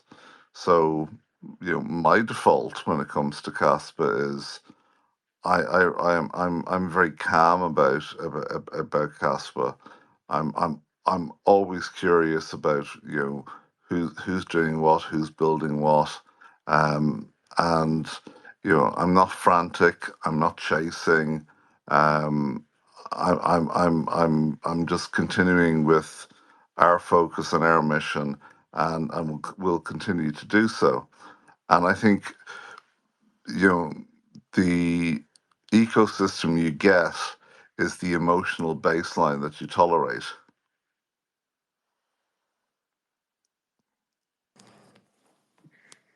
The ecosystem that you get is the emotional tolerance. Wow. Just full of quotables tonight. Yeah. You're dropping them, Rory. And I love how you mentioned the three. So you said the root, the crown, and the heart. There's 7 chakras. Those are 3 of the 7. And yeah, those are 3 of the most important too. So Well, I couldn't think of analogies for the other for the Just other. off the top of the head, yeah. hey, listen, if you align those three and understand that the root, right, our base, like your base and being connected and grounded, like you're right here right now. The heart, it entails all of them, right? So there's also the sacral and the solar plexus or the other ones, and then the third eye are the only other ones that are there. But they're all important, but those 3 are definitely are ones that are connected to obviously the others as well. So again, it just ties back into the whole theme of the energy that you're bringing to it, and staying grounded, rooted, and again the possibilities, right? Like how you mentioned it, like that, that's it's endless. So what can come of it when you're leading from there? Yeah, and yeah, something that I've said to my team is, you know, because we're thinking about the future, and because I've come from generational legacies involved in the energy sector. Um, I've often said to our team and our wider team is, when we're building, let's build what we'd be proud for new people to inherit in the future. I'm gonna clip all of this up because you're dropping way too many amazing one-liners, and this is gonna get. I clipped you up when you were on the other blockchain banner. I'm gonna and then there was a bunch of gold from last week, by the way, from everybody who came on the panel. So I'm gonna put that on myself. I'm gonna put myself hold myself accountable to this to definitely Yeah, make sure that I make do sure you overlay all of these bomb quotes over the video footage of him opening up the 100-year-old book. I don't know how many of you guys actually saw that blockchain banner video. I think it was from last night. Yeah, no, we haven't He's seen it. We haven't seen it. We posted it here. Oh, So okay, yeah. Just overlay it over this. It's like a Lord of the Rings book. It looks like it's like 200 pounds, and that's the it's like ledger. shooting out dust and cracking, and it's just really amazing to watch. I can only imagine how Okay, cool. fragile this book is. All right, hold me to it. I'm gonna clip up some of the stuff that Rory's saying here. Everybody's dropping bombs, but even last week there was so much gold, and I even wrote it down and I didn't get to it. So there was so much. We got to start clipping some of this stuff and putting it out and just spreading it. So yeah, thanks for that. I see Bishop's up here now. What up, Bishop? What's up, guys? I am absolutely loving this conversation. I am, for those who haven't quite seen, I'm a Kaspa KII stan. Like everything that comes out, thank I thank you guys that you're gonna put my kid through college. Like you're and Rory, this is the first time I've had an actual chance to talk to you, so I want to thank you for what you're building. And the fact that it's not for retail, I think actually makes me more excited because the Caspa that you're gonna need, I've done this as a thought experiment. The Caspa that you're gonna need to create this ecosystem, you're always gonna need. So you're always gonna be invested in being in the ecosystem. So you're not just building away from it. You have to build on it. And I'm so excited about how enthused that you are with Caspa that I have confidence in what you're building. I don't know you. I haven't even researched much of what even DII is about, but I trust your vision because of how knowledgeable you are and the way you explain these things. And the fact that And honestly, I believe you can make that ecosystem work. I was listening to the whole conversation last week between you and Odie, and I'm getting a kind of a different take on what the ecosystem was at that time. And I'm just like, you know what? This makes sense. It's a need that needs to be filled, and this fucking guy knows how to fill it, and that makes me excited because you literally have zero interest in talking about price, and you specifically go after the tech and how this tech can be used. And that's so exciting because there's zero other cryptocurrencies that talk this way. And it's so fucking cool. So thank you, Rory, for everything you're doing. Oh, thanks. That really means a lot. And yeah, the other thing that made me want to jump on, and I appreciate you guys always shouting me out. Much love. 16-bit had mentioned basically living on the Kaspa standard, being live on the Kaspa standard for what they do. Quick shout out and plug for Mondays live on the Kaspa standard with myself and Juan. But that's something that Juan and I talked about was, integrating that with what we do, because the idea of living on the Kaspa standard, we're always live on VVor. Cara always posts the VVor link for this episode. Being able to generate at least our ecosystem within Kaspa is great. But part of what Juan and I just did is about branching out to these other spaces as well, right? Like we have to touch YouTube, we have to touch Twitter because there's more people there. But I think as much as us, I don't want to say maxis, but as much as us believers are in Kaspa, I think the bulk of us are willing to wait for these things to flourish before it is, why isn't it happening now? Why isn't it happening now? Those people who are begging for it to happen now, I think it's just because they want the price to run up. The price is going to go when it goes. And when it does, I don't think it's going to come back down. It's going to keep reestablishing these baselines with how well the tech is being used. So yeah, that'll take place with Casilla messaging. But when Kaspa KI gets their thing done, I mean, the fact that I believe you said, Rory, what you want to accomplish can't take place on 10 blocks per second, right? You guys need 100 blocks per second. And 10 BPS works really well. 100 BPS works a hell of a lot more. But we've uncovered legacy industrial systems that you guys use every single day. That were built in the 80s and 90s and haven't been updated since, and they're struggling and ripping apart at the seams. And the global interconnection for international telecoms companies for roaming and SMS messaging and just call interconnects represents 8 billion a year in fraud. But if you were to take all of that transactional volume for all of those calls and values that were being made, you couldn't really do it in real time. You could do it with roll ups and batching and everything else, but that alone would take a lot of a lot of block space on Caspa, but it would solve an $8 billion a year fraud, and that's before you actually get into the value of the settlements and everything else.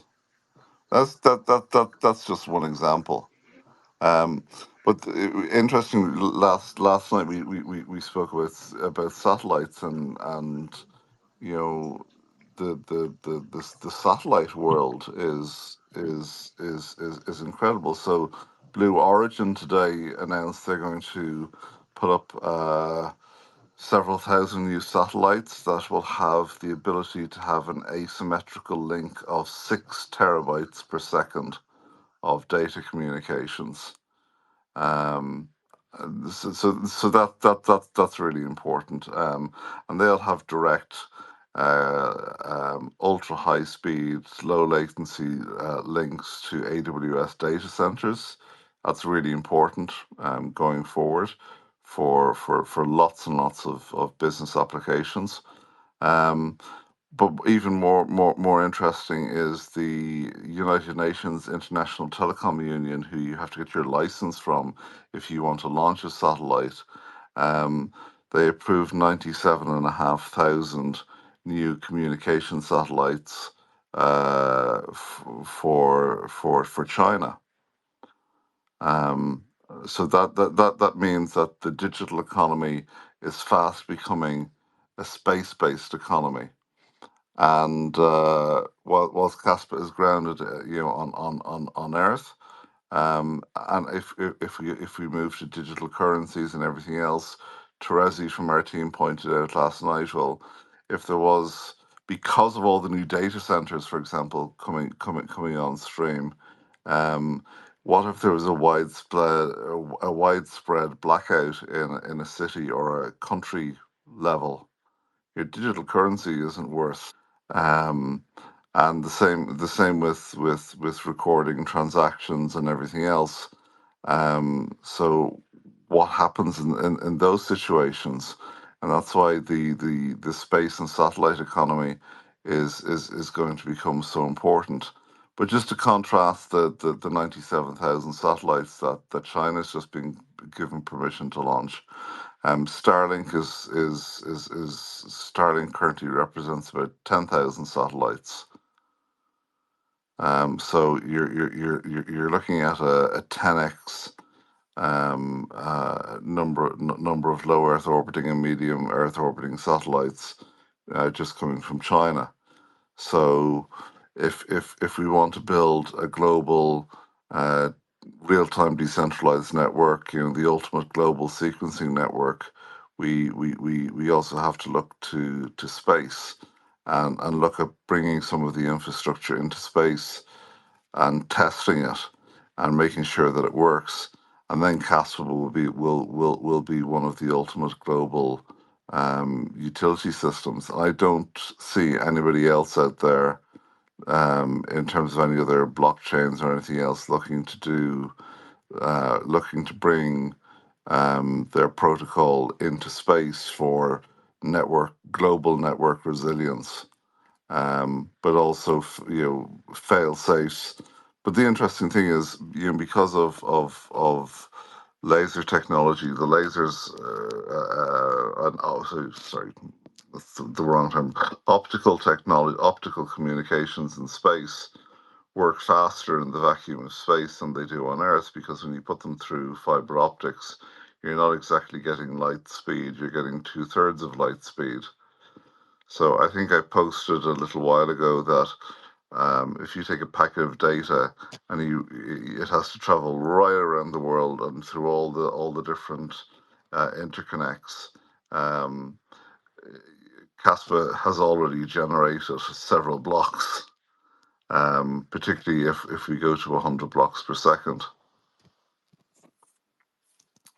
So it's something to think about, that there is a long term, a very, very strong long term. So if you think about how strategically wise it was for Jeff Bezos to build AWS when he effectively was still just selling books. This is just as strategic for Kaspa, and Dagnite is a great enabler of this as well. In terms of the technology, that it's something that I suppose we need to better communicate this to the community as to the importance of it. From what you're working on, and I don't know if this is quantifiable for you, but you seem like you could, so I don't want to undervalue here. Of what you are working on, how many of these blocks per second do you anticipate taking up? We haven't actually done the calculation. Because it sounds like you know a way to use all of them, or at least you can find the UK use case for all of them, and that's pretty exciting. Again, for me, because that strengthens the networks. I know you're not going to use them all because you're not fixing the international calling tomorrow, or if that's even a project that you would undertake. But based on everything you're explaining, would you anticipate the need for more than 100 blocks per second at some point, or maybe even a Kaspa 2.0?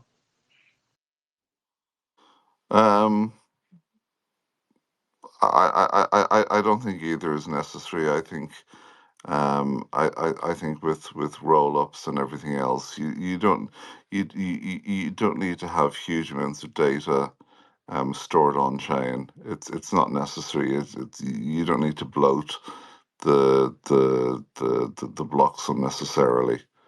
What you need to actually prove on chain is actually in terms of data is actually quite small. Any big blocks of data, you shouldn't really be storing them on the blockchain.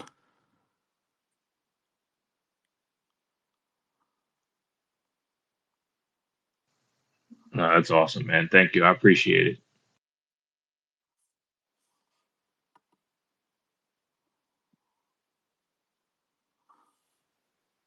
These stories are so powerful. You know, people could ask for a marketing team, but at the end of the day, the stories that we have, the felt purpose, as Rory said, um, the emotional push, the emotional drive is really what grabs people's attention. Um, this is one reason why perfume ads, when you're trying to sell a scent, have you ever seen perfume ads on TV? They can't sell what it smells like because we can't smell it. So they sell us the emotion of a perfume. And that's what sells the perfume. And that's kind of what happens when we look at the narrative of Caspa and our voices and how we use it. So, for instance, I forget, I think it was 16-bit or was it Bishop? I think it was 16-bit who said that you're trying to get people to use Cassia or K Social. Hey, use this, or it's not going to be used. Uh, that's one way to bring attention to something is the word of mouth aspect. But the thing that's going to really have it be used is when people see why it's necessary. And that's going to be the emotional drive. And that usually comes from agitation or frustration, honestly. Because when someone gets banned, or if X goes down, or if there are communication issues or a need to verify that a person is who they are, that's where having that other system can come in as a solution, which solves the problem, which changes the emotion from frustration to elation or satisfaction or relief. And those types of emotions can drive a person to feel enthusiastic about sharing that with others, which is usually how word of mouth happens. So if someone goes to a restaurant and they have a good experience, it's powerful and they want to share that. And if someone has a bad experience, it can actually have 10 times the impact, which is one reason why I felt compelled to kind of squash the scam narrative, because those types of comments can be very powerful, even if they're inaccurate. And it can sway people on the emotion that's in it, even if there's no truth behind it. And that being said, just having our own truths, our own authentic experiences to how each of us uses or thinks about, researches, develops, builds, owns, thinks about Caspa. We all have our unique perspective, and some of us are more enthusiastic than others. And those of us who have been around and kind of see all that's in the works, it definitely creates that baseline of expectation of abundance. We see what's going to happen. This is why we're not freaking out over the price or staring at the charts or saying, "Hey, is it at 8 cents yet? Is it at 20 cents yet? Is it at $1?" It'll happen eventually. The price will inevitably move forward as adoption happens. But part of the beauty of being here early is seeing how adoption happens. We see it every single day. Someone on Twitter, or X as we call it, will come in and say, hey, I am now converted. I just sold X coin and converted it to Kaspa. I'm a new one. And then a whole bunch of people from the Kaspa community say, hey, welcome, fam. Great to have you here, fam. And it's just one after another. And that's how it's done. It's the grassroots way. It's onboarding people one person at a time. Sure, there will be a time when it won't necessarily feel as if it's one at a time. It'll be one business at a time, one enterprise at a time, one group at a time, right? But the beauty of doing it one at a time is we're still a cozy community, right? And it's nice to see that. I think it's beautiful, and I love being a part of it. I think what was really interesting is there was some photographs taken from the Tesla factory, and they've changed the Tesla mission statement, and that is to, irrespective of what you think of Elon Musk, um, the Tesla mission is now accelerating the world's transition to sustainable abundance. And that's something that definitely resonated with me when I saw that picture today. I think that's very important, because there is when it comes to, if you consider energy equals money, there's vast amounts of untapped energy on the planet, and that's the very, very core aspect of Caspa is that it turns energy into money. And that's something that's quite important. But there is an abundance of energy on the planet. Yeah. So if we can make Caspa then facilitating, let's call it the internet and the transactions of life, in terms of real time decentralization with censorship resistance and everything else. I think the world has the ability to transition to sustainable abundance, and CASPA is one of the layers that can actually facilitate that. God, it sounds like Caspa is the perfect layer to sustain that, right? If energy is money, and I love that quote from, or that new mission statement, that resonates heavily, especially speaking on this whole abundance, because when you really think about the way most of the world probably operates, right? The fiat world, and what that system has perpetuated throughout the world is this scarcity of money. Like, there isn't enough. I mean, speaking for myself and the way my culture is, and just my family, and how it's, there isn't ever enough. That was the energy that I had to grow up with, and I had to be shown a completely different way. So I just think that ties into what everybody's sharing up here on the panel. Bishop coming up, appreciate you, brother, and 16-bit, and then Kara putting it together there with like, hey, looking at what this is and how you can share your story, coming from a sales and marketing background. Like, my first sales job, I've shared it before, was selling Cutco knives. And to me, it wasn't even about the knives. It was like, I got a chance to make a connection, and I had this really good product that, yeah, worked really well, but it was more about the connection, and like being vulnerable with the customers, and then knowing that I had a product that was gonna work, right? There, and we have the same thing here with Casper, right? You study it enough, you know what it is. You know that. I mean, just use it, right? Just send a Casper to somebody on the peer to peer side, and then we hear what the KI is doing, and just feeling Rory's energy and him coming up, and again staying super late. I thought you had an appointment. I hope you didn't miss it. But just feel this energy, and then like bring that to whatever conversation you're having. And I do think it's important that you meet people where they're at first, right? Like, I think that's one of the huge mistakes that people do when they're trying to explain something. They sit there and try to just like throw information out, and it's a lot to take in the beginning, right? You gotta realize you weren't always there. We've all dove into the first step in I learned this in sales, right? The first step in making a connection and eventually leading to a sale, is building that rapport initially, and that's asking questions. Hey, where are you at? What do you understand about money? Go into that. That's really how all my conversations start. And I make it about them, and then eventually it's like, okay, now tell me about you and what you got going on, and then Caspa comes up organically. So it's definitely a learned skill. This isn't something that I necessarily think I was born with. And it's just exciting. It's exciting the way you all are talking about it, and knowing we're right here, right now, and what's possible with this beautiful foundational settlement layer that is literally going to sequence the world and create abundance beyond anything that we can think of right now. And that's where it creates a total different narrative and contradiction to Bitcoin.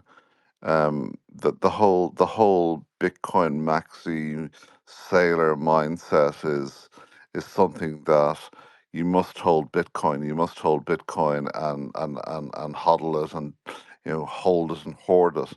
But money isn't a thing that you just hold. And if we think of or we think of Bitcoin in the first instance as money, um, money it's a current, i.e., currency that must move. And for me, stagnation creates dysfunction, and that's one of the fundamental problems with Bitcoin. Is you will end up with this stagnation because of this sailor mentality of holding on to everything. And then when you translate it into Caspa, which is the evolution of Bitcoin, it isn't just faster blocks. I suppose it's an attempt to restore the natural flow that that money is a current that must move, and Caspa is an attempt to restore that natural flow at the ledger level. And I suppose for me, money isn't a thing; it's a flow. So every civilization s- has I suppose lived or died by how well value flows through its systems. When the flow is smooth, ecosystems thrive. When the flow is blocked or is slow, everything downstream suffers. And I suppose that's one of the things that I really like about Caspa is that it's a ledger designed around flow and not artificial bottlenecks. Money is a flow. Oh my God, that hits me really, really hard. Because it's like, yeah, I'm not attached to things or stuff, Rory. It's like I've been able to experience an abundance in life and been super blessed. I'm sure you can relate. And it's not about like the obviously people sometimes look at it like this thing, and it isn't. It's this, how can you flow in your life? And yeah, it's not meant to just sit there and hoard it, and you're meant to use it. Like, this is a form of exchange of energy that we're giving to each other, an energy exchange. Kara says that at the end when she talks about our beneath the Caspa.cas, and if people want to donate. But it really is that. It's like, it's not about holding this stuff. It's how can we flow with it? I love that. Yeah, and this is why Sailor really pisses me off. Preach. I He want to hear. he, I want to hear why he pisses you off. Let's go. him and Garlinghouse, I think, are the two biggest beeps in the in the world, because systems don't respond to what we say we want. They respond to the signals we broadcast, and just look at the signals that they're broadcasting. Bitcoin, there's no second best. That's, we all know what that is. Um, you know, you can't have too much Bitcoin. Don't sell your Bitcoin. But to me, that signals fear. To me, that's fear more Yeah. than anything else To- speaking.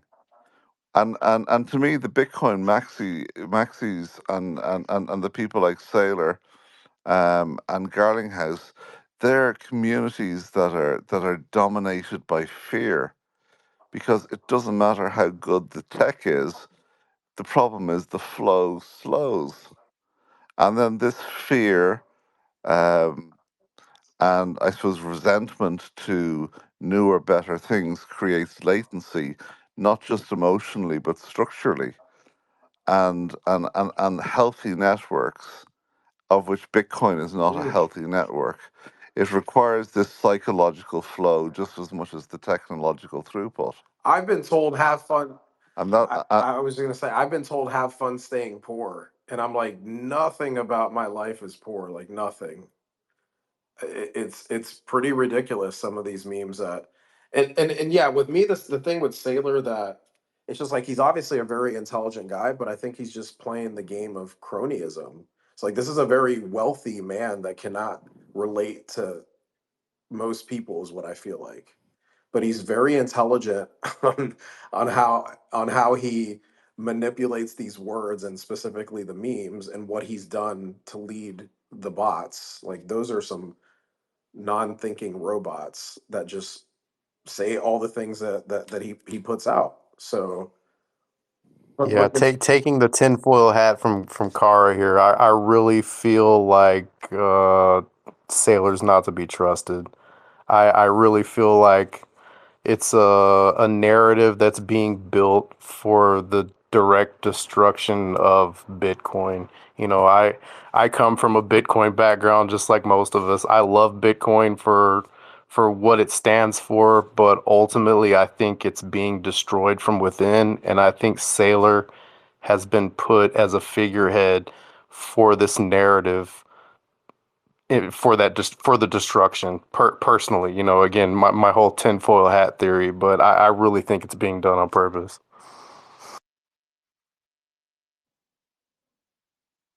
yeah, so it's talking about flow, like the root, heart, crown, all that. I mean, I was invited into like this spiritual Bitcoin type of group thing, and I was like, I was holding some Caspa, and I mentioned Caspa, and I got all that. I got like, I'm like, really, these are like people that are supposed to be spiritually aligned and energy, and just completely blocked and cut off.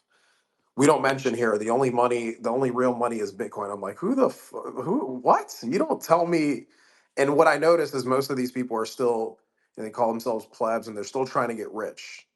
So it's like, that's not where I was when I came into this, right? It's like I didn't. It's never what that's never what Bitcoin was about. It Exactly, was bro. never it was never meant to be Exactly, getting brother. people rich. Literally, when I after the Bitcoin Caspa debates, like I was invited into a couple Bitcoin groups that I had Bitcoin buddies, and like I excused myself from the group, but I was invited into these groups, and I would mention Caspa, and obviously would get shit on. I'm like, no, it would. And again, going back to energy and flow, the things that Rory's brought up here, it's just I protect that at all costs. Like I'm like, no one's ever gonna tell me what I can or can't say, or how I can or can't say it.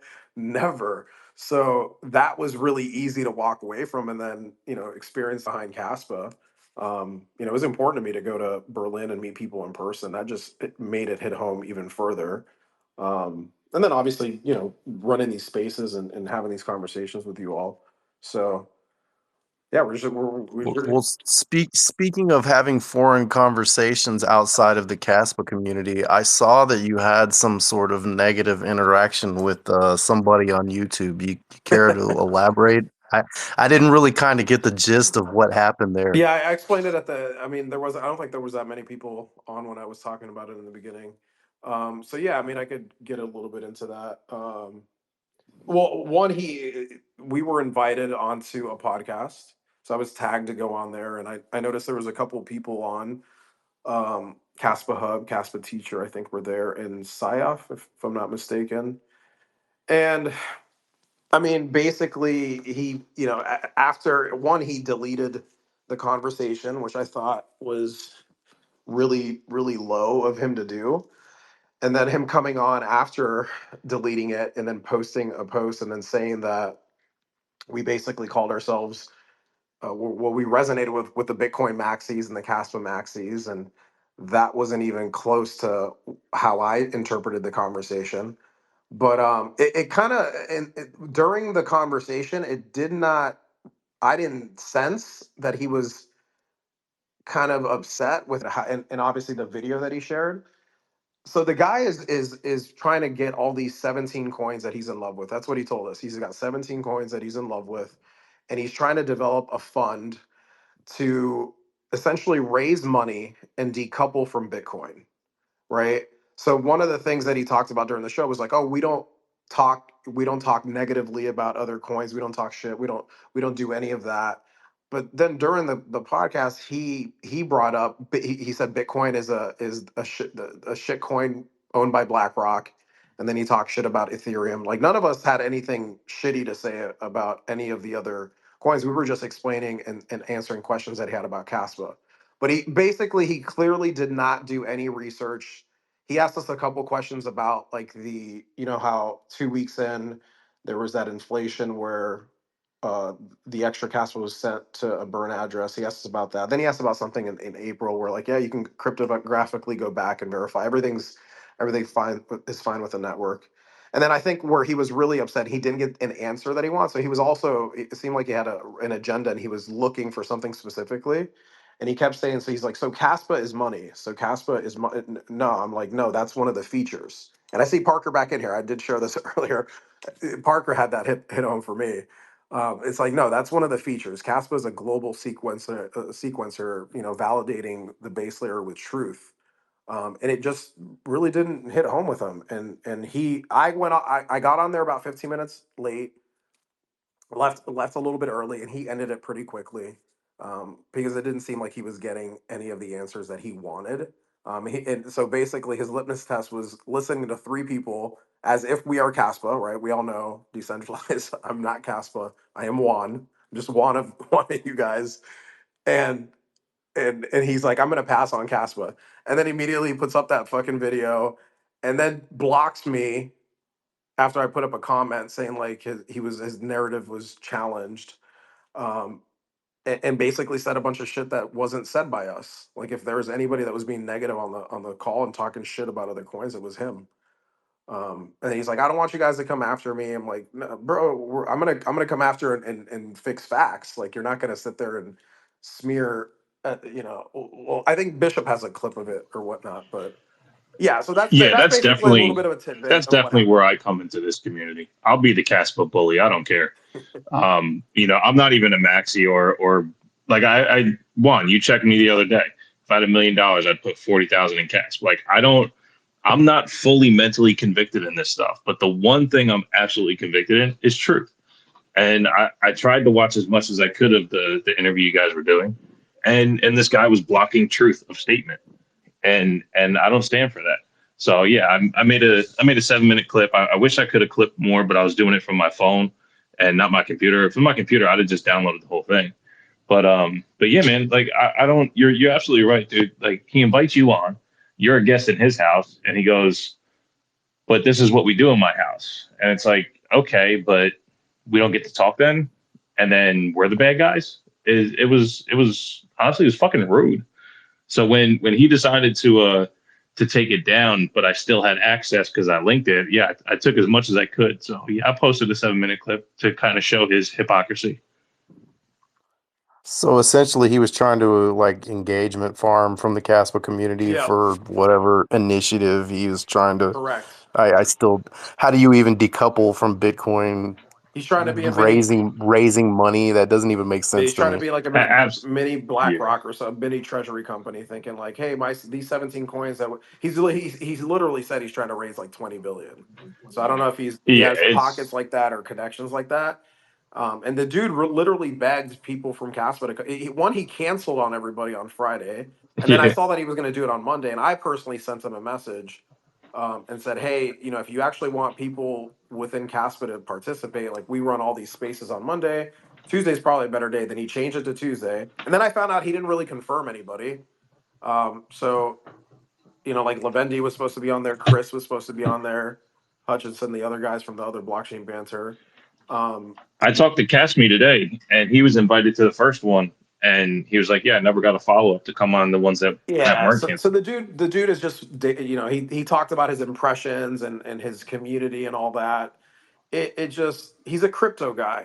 He's a crypto guy that did absolutely no research. I did research on him. I brought up a couple things. I noticed that he was pretty well informed on crypto, and I brought up a couple things, and it was, it just didn't land, man. So it was a good learning experience. I wish I would have recorded the whole thing.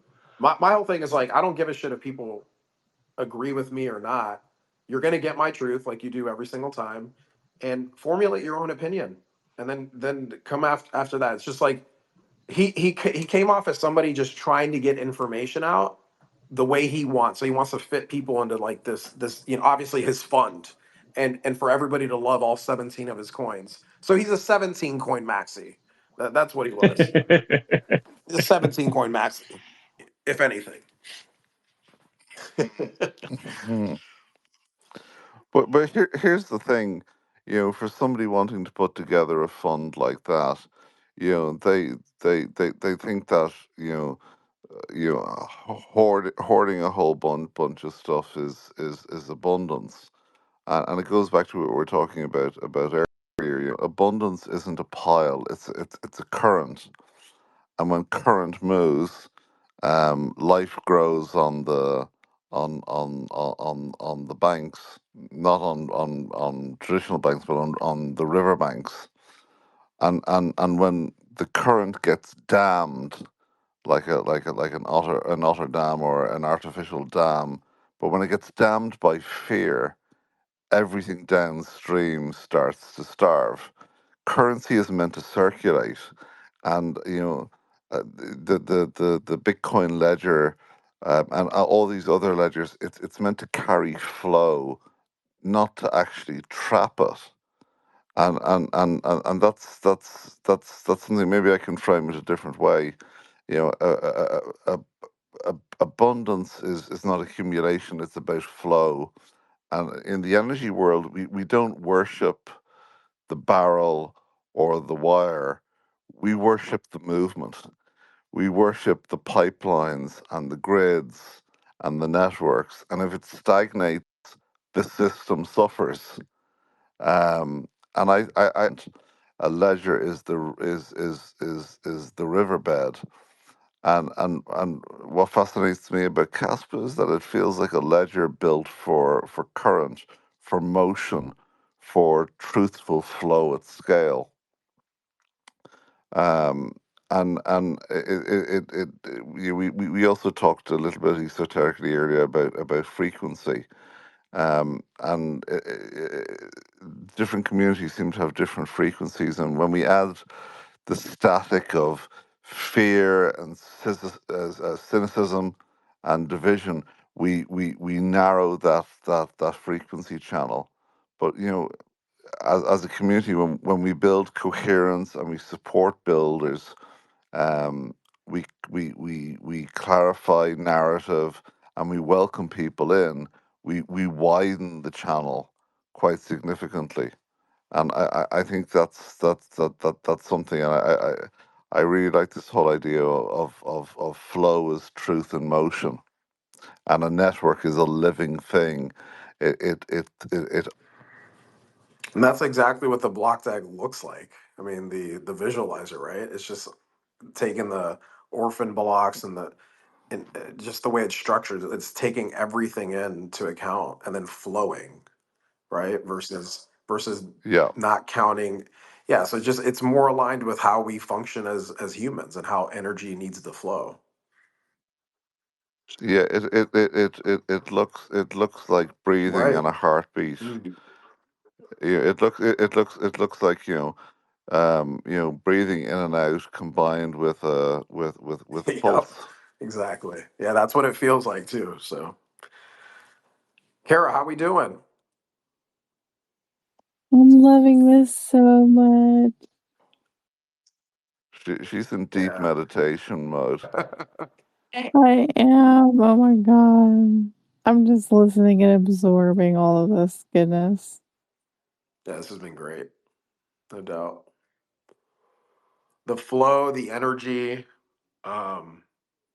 Yeah, this is cool. This is beneath the surface. I love how we get there eventually. We get there every single time. We do every single episode. It always happens.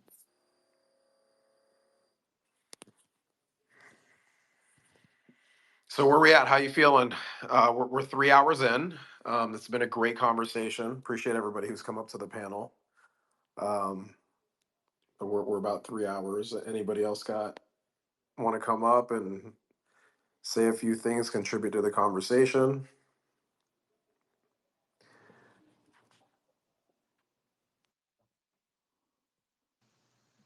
I do want to say when I was talking to Casme earlier, I lived on the Kaspa standard today. I know that's not this show, but I went to CasMart.org and I bid on the Kaspa miner that he was promoting, and I won it.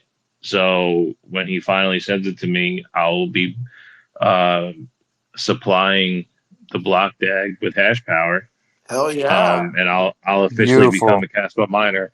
Yeah, Congrats, bro. And you did it on that's important to you. So Bishop talks a lot about Caspa needing to be cyclical for him. When he would say that in the beginning, I'm like, huh? What does correct. that mean? But it makes sense to me now. So I understand. And that's That's Yeah, super cool, bro. That's super cool that you bought that's that. a huge milestone. That's almost like the pizza, the Bitcoin pizza transaction, you know. And it feels good. he has You know, everything. was that. No, go ahead, Bishop. Go ahead.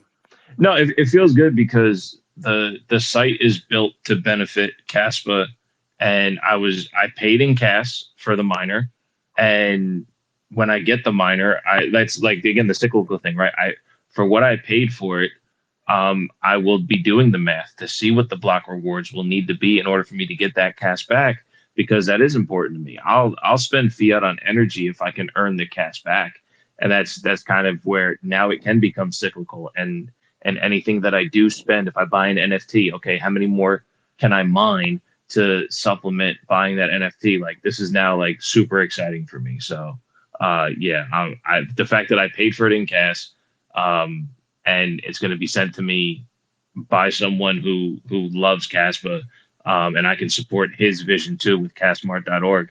It lit me up pretty good today. I was excited about it.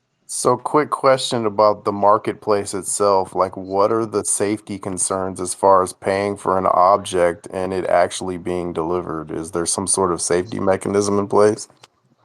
So there's an escrow. So all purchases go into escrow to be verified from, or the transfer doesn't happen until the seller verifies that the item is sent. So it can always be, I believe, and I don't want to speak for Casme, but I believe that's what it is. That so right now my purchase is in escrow. He has my cash, but until it's verified that it's been shipped, it won't go to him. So if that never verifies, then it'll go back to me. Awesome. Yeah, I'm really gonna have to look into this and make some posts and make some purchases. Yeah, you can probably sell them photos too. Yeah, Same. maybe. I got a lot of stuff that I put in storage, including some nice little artwork. I think Do it, bro. yeah. Yeah, I don't want to keep that stuff in storage. I want my money to flow, like Rory's talks about. We got to get this thing to flow. I don't want to keep that there. Yeah, So I even and because Casme's tight with everyone, he's just a dope dude. Even on the auction, I had to hit him up. I'm like, bro, like the only thing I was gonna bidding against myself because you couldn't see if you were at least the high bidder. Um, and he's like, thank you for letting me know. I will be fixing that. So it's just really exciting that he's working so hard to make this thing be perfect. yeah, man, he's always working hard. He love Casmart. So it's Casmart, right? Is it Casmart? What's the site? We should link it. KasMart.org. Okay. I like that. My son has a lot of comic books he's been wanting to sell.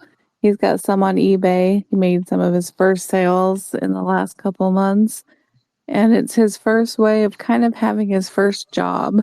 It's something he can do from home and learn how to assign value to his comic books and that sort of thing. And I think branching beyond eBay and using Kaspa will be a good way to get his feet wet to actually use Kaspa outside of just having a wallet. And for a teenage boy, I think using this kind of marketplace to sell comic books would be a really good way to have them feel that enthusiasm with Kaspa, besides it just being about money, but being just another way to use it so he can actually see in motion the exchange happen over something that he's making available as a physical product. So I think that's really great. He's got everything on here. I hadn't been to the site. So look, there's literally NFTs, KNS domains, gigs, electronics, video games, clothing, shoes, sneakers, jewelry, home and garden, collectible art. Okay, there's a lot of categories here. This is pretty dope. I hadn't been to the site.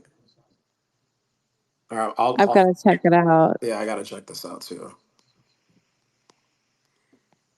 Warrior, I see that you're here. Do you want to step up and join our panel?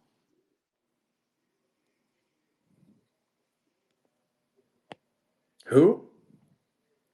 Onion. Onion. Did I say warrior? You did say warrior. I'm like, what? I didn't. I have it on my screen. I'm like, warrior is back. Freudian slip. I think it's that for a period of time they had similar Yeah, profile pictures. they were a tag team, a vicious tag team. Onion, you're a regular. We love having you on the panel, so you got to click that request button.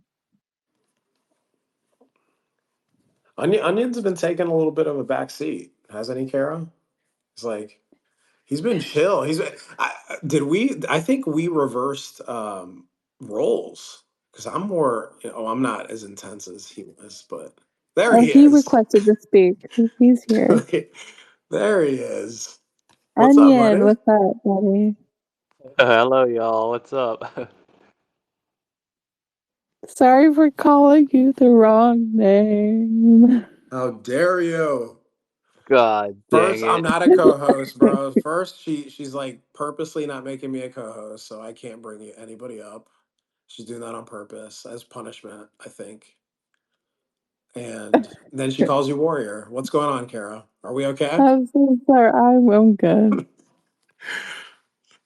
We're gonna have to get a Kaspa brick thrower up here. Do you remember when he had that name? Oh my god. No, I messed up. I feel bad. Sorry. It's okay. It's okay. But yeah, man, I miss y'all. How y'all doing? How's Kaspa? I've been kind of out of the loop. Caspa's good. We got VProgs in repo. We've got GeoSeal showing proof of evidence. We've got a bunch of new wallets doing bridges, and Cascade is now DeFiing. We're about to DeFi with Mexi, and there's all these new things in the works, and new things are going to be announced later this week. There's just so much happening always. God damn, that's amazing. Yeah, you're gonna have to do one of your solo spaces and just rant, because we miss those. So we need those back ASAP, or whenever you can. No rush. We also told you that we would come find you if you didn't come, because like you've been requested to be a regular on the show. Oh, well, thank you. Rory has taken your spot the last 2 weeks, by the way. Hey, that's I'm honored. I'm honored. Kaspa Key, yeah, he's been dropping. You should have heard the. Well, I don't think you weren't on earlier, but he was dropping these dime one-liners. I'm gonna clip this up and start sharing it. So I put myself out there that I gotta hold me accountable. Everybody in this space, I gotta clip these up. We Some have to. amazing quotes from him. I mean, some really good stuff. Just incredible stuff. So yeah, I'm gonna hold you accountable. I'll probably clip some too, using FlowGen because I have a few credits where I can clip a few. So I'll help out a little bit. Sounds like a winner. Onion, it is always a pleasure. The last 2 episodes, I have only heard you say one sentence, which is I am just a fly on the wall. So it's good to hear you say something else. Oh, yeah. I just, I don't really have much to say. I'm just a fly on the wall right now. So yeah, but I love what y'all are doing. I love y'all are keeping Caspa moving. So that's freaking awesome. I Yeah, love I it. find it hard to believe you got nothing to say, bro. Yeah. I know. I've said it. I have 24,000 tweets. I feel like I've said everything. I said it all. It's like it's only I saw halftime for somebody me, bro. complaining about a butthole post you made earlier. I thought that was funny. Oh no way. Did someone complain about my post? Ugh. And yet, a little bit earlier, Rory was calling some Bitcoiners some bleeps, and I immediately thought of you, Onion, and thought of you saying ball sacks for their name instead of bleeps. Oh, dude, these Bitcoiners, I've just given up, man. I see all these posts from these Bitcoin maxis, and my muscle memory is literally to just respond to the tweet and call them like a fucking moron. But I just can't do that anymore. I don't have it in me this week. You know, like Juan said. Oh, Oh yeah. no, no, go, Oh, go ahead, go ahead, go ahead. I was gonna go ahead. Juan, once you said once, like Onion, one day when you're older and wiser, you'll have it in you anymore. I think I hit that point. Yeah, you know what I've always mentioned is like I mean we go through phases, man. So sometimes it's just hard to keep up that energy, right? I've you know, we're obviously in a couple chats together, and we've had some conversations like DM back and forth, and you know, you're somebody with so much knowledge, and a lot of people have learned a lot from you, bro. You know, especially since you announced yourself on Bitcoin Caspa debate, but. Yeah, man, just looking out. It's just like I know that that's not sustainable, and I was like that. I was definitely like that when I was younger, and so you'll go in and out of it, right? You know, just gotta maybe it's halftime for you. Just Yeah. we're at like halftime, and then you'll come back. You'll come back out with it if you need to. You know, I think so, I think some of that's necessary, but I've been somewhat of a pit bull lately. Had to be so. Hell Yeah, yeah, I've seen. don't Oh, give sorry, up on what? the YouTube channel, Onion. I rather enjoyed your rants on YouTube, so Thank you, don't man. think nobody's out there listening. Hell yeah, man. Thank you so much, man. Y'all are freaking awesome. I love y'all and I love Caspa so much. Um, I learn a lot from y'all as well, so y'all are very valuable to this space. So thank y'all for everything you do. Yeah, we all come with a I'm unique perspective and all share something really different. And one thing from you, Onion, that you've talked a lot about that in the beginning I didn't know much about, but now I feel I know a lot about is the stuff you've talked about with the bank runs and IOUs and what's going to happen down the road when the free market hits and what happens if everyone tries to get their Bitcoin out at the same time and the problems that would create, the delays. Those were things that I had never considered. And you had so thoroughly thought it out and brought unique perspectives to that in a way that I had never even considered. And now that I think about it, now it makes Bitcoin something that is something I just would not want to have at all, not even as a store of value, because of that perspective that you brought. And even though I can respect Bitcoin as a store of value, it's not where I want to store my value. So I appreciated that. And everyone brings a unique perspective. Juan brings this unique perspective of his background and the way that he grew his value and understood it, right? So Juan, you bring this perspective of your human experience of building a life of independence and sovereignty and truth and seeking that and finding that flow that inevitably brought you to more truth and it being something that's beyond a currency, right? It's all these other things, and you've seen that and studied that, and you see it, and now you share it, and it's like wildfire with you. You can go up to someone and say, "Hey, what's your story with money? What's your understanding of money? Oh, okay, well, tell me about you. Where are you at?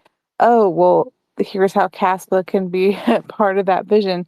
So that's sort of your inner um, your inner, I wouldn't say recruitment, that's not the word I'm looking for, but it's your step inward to people who are probably going to adopt it, because I think you've adopted dozens and dozens, over 60 people at this point, right? And everyone here brings that unique perspective. Rory, you come in here with this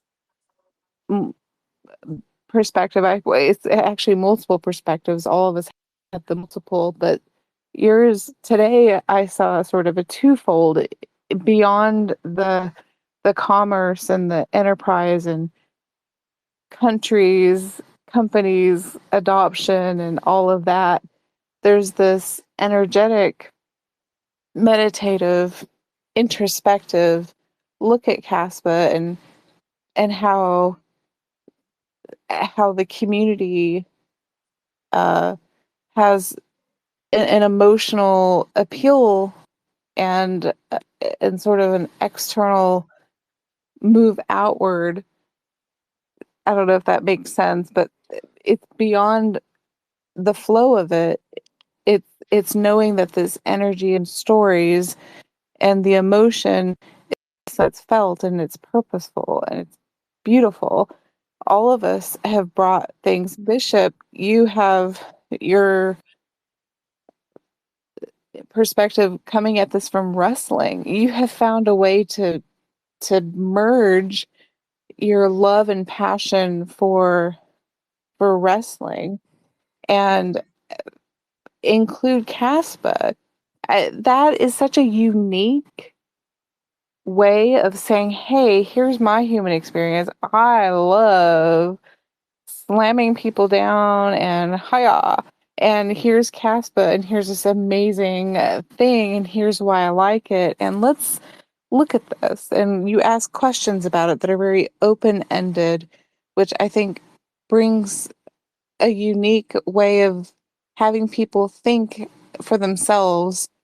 And I think that's beautiful. At 16-bit, I have seen you in the community commenting everywhere on so many topics, and you don't seem to flee when it gets kind of crazy. You stay there, you come in with your logic and your facts and your fun attitude and your unique perspective that shows that you understand what Kaspa is. You explain why you like it. You give your reasons for it. You back it up with supportive evidence. And sometimes it feels anecdotal, and sometimes it's just facts. And the fact that you know how to adapt to what the person needs to hear, it's a skill. And you have it. It's this talent that you have. Odie, who is listening right now, he's created this amazing calculator that looks at the fee market of Kaspa and Bitcoin and looks at what things are going to cost.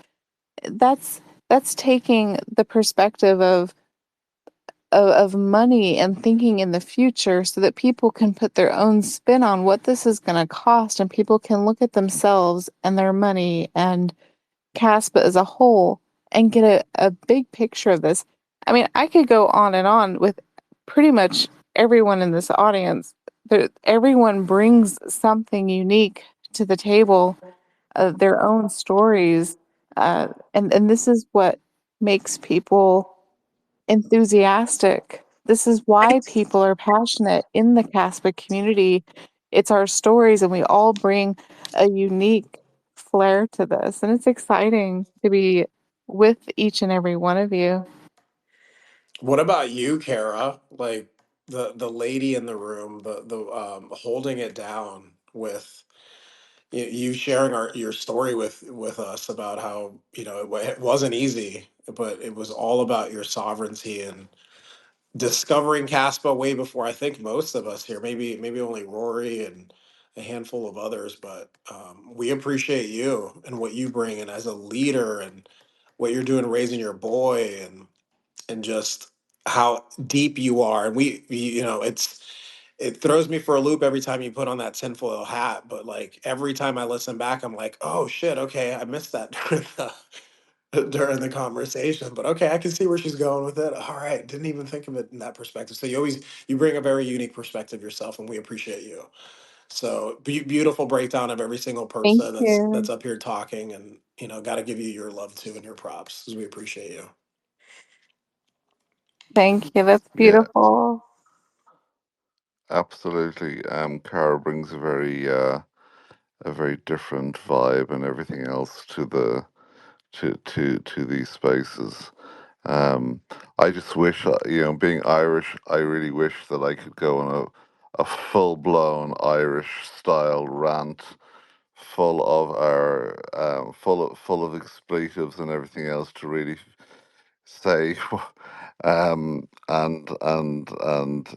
give my views on what I think about various aspects of the crypto markets. But unfortunately, I have a very conservative pair of bosses in Paul Van Son as our chairman and Barra Graplova as our secretary general, who wouldn't appreciate me doing it at all, particularly if it was in a recorded space.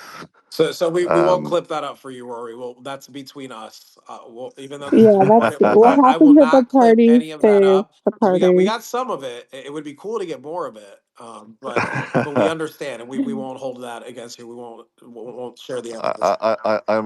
I might save that for another time. I'll give you a full blown rant on Michael Saylor and Garlinghouse and the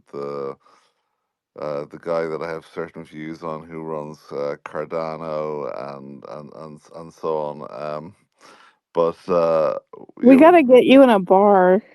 That's all. We know. do.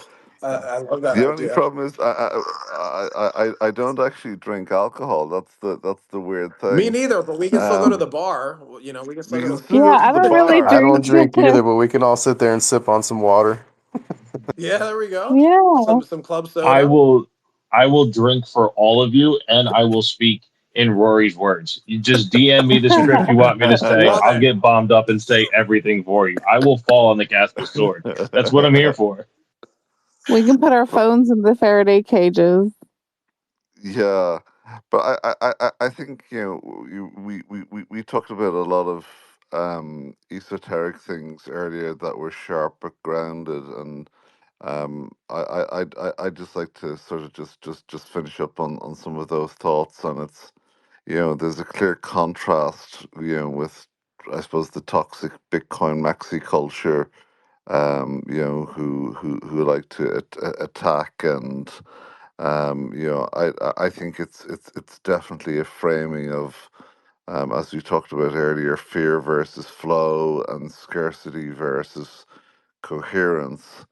And I suppose I want to say this very gently but honestly. Um, I feel that a lot of crypto generally is being shaped by fear, and that is the fear of change, the fear of dilution, the fear of letting anything move. And you can feel it in the maximalism. You can feel it in the hoarding. You can feel it in the need, in the constant need to defend the past. And for me, Caspa feels different.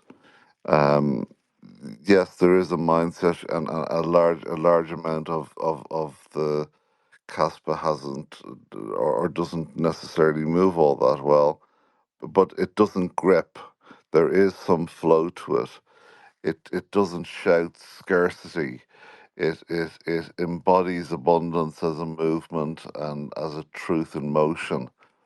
And I suppose it isn't about tribes or superiority. It's about frequency. And one of the things I think it's very important that we should all be aware of is that fear constricts systems, and coherence, and particularly coherence amongst communities, and the messaging around the communities, that coherence allows something like Kaspa to breathe.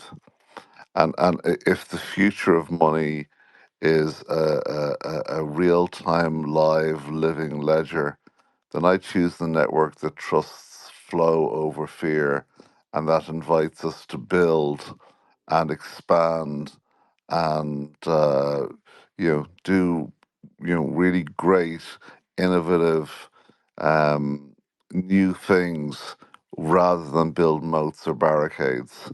And I just wanted to sort of end my contribution to this space on that note. That was That's really that was powerful. beautifully said. Yeah, go ahead, Kara. Go ahead. No, I was done. I was just gonna say that's so powerful. Go ahead, No, Juan. that was it for me. I mean, I don't think we need to go any further. We're 3.5 hours in. If unless anybody else wants to say anything, I think that's a great way to call it a night. Unless anybody else wants anything has anything else to add. But that was beautifully said, Rory. Thank you for sharing that. Thank you for giving us your time again. Staying up in Ireland, I know it's super early in the morning, so you must not sleep, or you're No, I flowing with the can energy. I can operate on very limited amounts of That's sleep. because you're purpose Um, driven. I bet because there's just so much to work on. I bet. yeah, I'm literally jumping on a call to China in 2 minutes time. So There we go. Yeah, that's awesome. That's awesome that you stayed with us here the entire 3.5 hours. So we Thank appreciate that. you. Yeah, we value your time and your knowledge and you sharing so openly so much valuable information. Thank you, Rory. you're more than welcome. I thought it would be helpful, and please, have a look and support the Tuesday blockchain banter Yep. with crypto pumps. It was an interesting one. We went into a lot of KI detail and stuff there, so it's an interesting one. So I refer to that rather than actually going into detail on this show today. So I'd really recommend just giving that channel a little bit of support as well. Yeah, we'll definitely check it out. I did link it in the comments. I linked it up at the top in the banner, so check that out. And like 16-bit suggested, I'm gonna watch it and maybe find out when you pull out the ledger, and then I'm gonna clip up some none of the bad stuff, none of the stuff that'll get you in trouble when you were going off about Sailor and said some of the but I'll clip some of these one-liners that you dropped. So we absolutely have to put this together and spread the good word on what's been spread in this space. So thank you again, Rory. Yeah, no worries. I'm literally gonna hop All onto a right. Zoom call. Take care. Take care, Thank guys. you. Take care. See ya. Goodbye. Thank you. Yeah, thanks for having me on, guys. Kara and Juan, not the host or not the co-host. You guys have a good night. Thanks, Thank buddy. you Thanks for for coming being on. here. Appreciate you. Thanks for having me speak, guys. Good to see you. Always a great space on Wednesday nights for sure. Appreciate you, buddy. Oh, it's always good to have you here. Yeah, thank you everyone for being here. Every one of our listeners, you mean a lot to us. We love knowing that you're here connecting with us. We see you.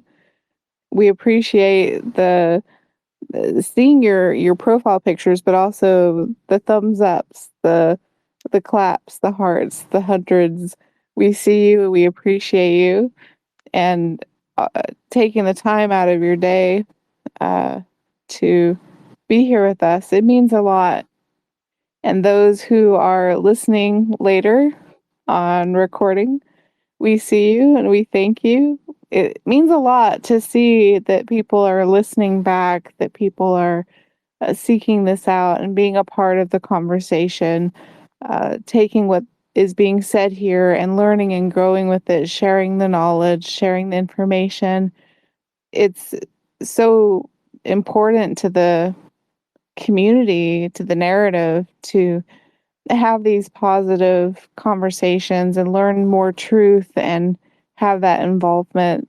So thank you to all the listeners here present and those coming in later.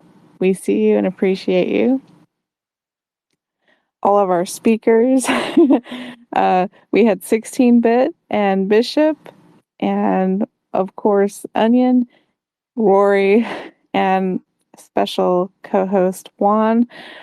It's always a pleasure to have people here who bring so much positive outlook with stories and kindness and humor and all of it. It's just such an all-encompassing experience that makes this worthwhile, makes it profound, it makes it authentic and genuine. And I love that. I love every minute of it. Those of you who are listening here and want to listen to any archives, all of our episodes, including our last one, they're all archived on my YouTube channel. So check out my bio. There's a link and you can listen to all the Blockchain Banter Beneath the Surface episodes so you don't miss a thing. They're all there. So if you don't want to listen on X, you can listen on YouTube. And for a lot of people who have new car stereos, you can actually listen to YouTube while you're driving in your car, where you can't really do that with X. So that's one of the benefits of putting this also on YouTube. And it also brings new people into our sphere. So I also want to say hello to people listening to us on YouTube. I haven't actually thanked YouTubers for listening, but I see you and thank you for taking the time to learn about Kaspa. Here we're talking on X and Vivor, but we also are broadcasting to you on YouTube. So it's nice to have you here. If you enjoy our show, if anyone wants to send some flow of energy, Juan and I share a wallet, and it is beneaththesurface.cas. So if you have a Casware wallet or a wallet that can send Kaspa to a KNS domain, ours is beneaththesurface.cas, and we split proceeds 50-50 between us. And we love receiving whatever you feel like giving, although nothing is necessary. So yeah, thanks for having me here, and I'm glad to be a part of this. And I'm going to let Juan finish up. So thank you. Thanks, Kara. Thanks for everybody sharing, contributing to the conversation. Bishop, Kaspa Onion, Rory earlier, 16-bit. We didn't get to hear from Crypto Odie. He was on the entire time, I believe. Appreciate you, brother. Appreciate everybody in the audience, everybody who's going to listen back, like Kara said. It means a lot. It means a lot. If you enjoyed the show, definitely retweet it, send it to somebody. There was some gold in here for sure, and I loved a lot of the conversation. But specifically, I want to hit home on the whole flow and how that makes what Caspa is doing very different. Like this isn't about hoarding, storing. It really is about sharing this as much as you can. So when you share this space, whether you send some Caspa, it's a transfer of energy and it's all about flow. So appreciate all of you. And a reminder that thank you for joining us on Blockchain Banter Beneath the Surface, where Caspa carries the current of truth, vibrating at the frequency of seekers. So remember, one conversation at a time. Be humble, be kind, give it time. Love you all. Have a good night. We'll see you next week, episode 15. Yay. Love y'all. Peace out. Love you, bro. Thank See you. ya. Good night.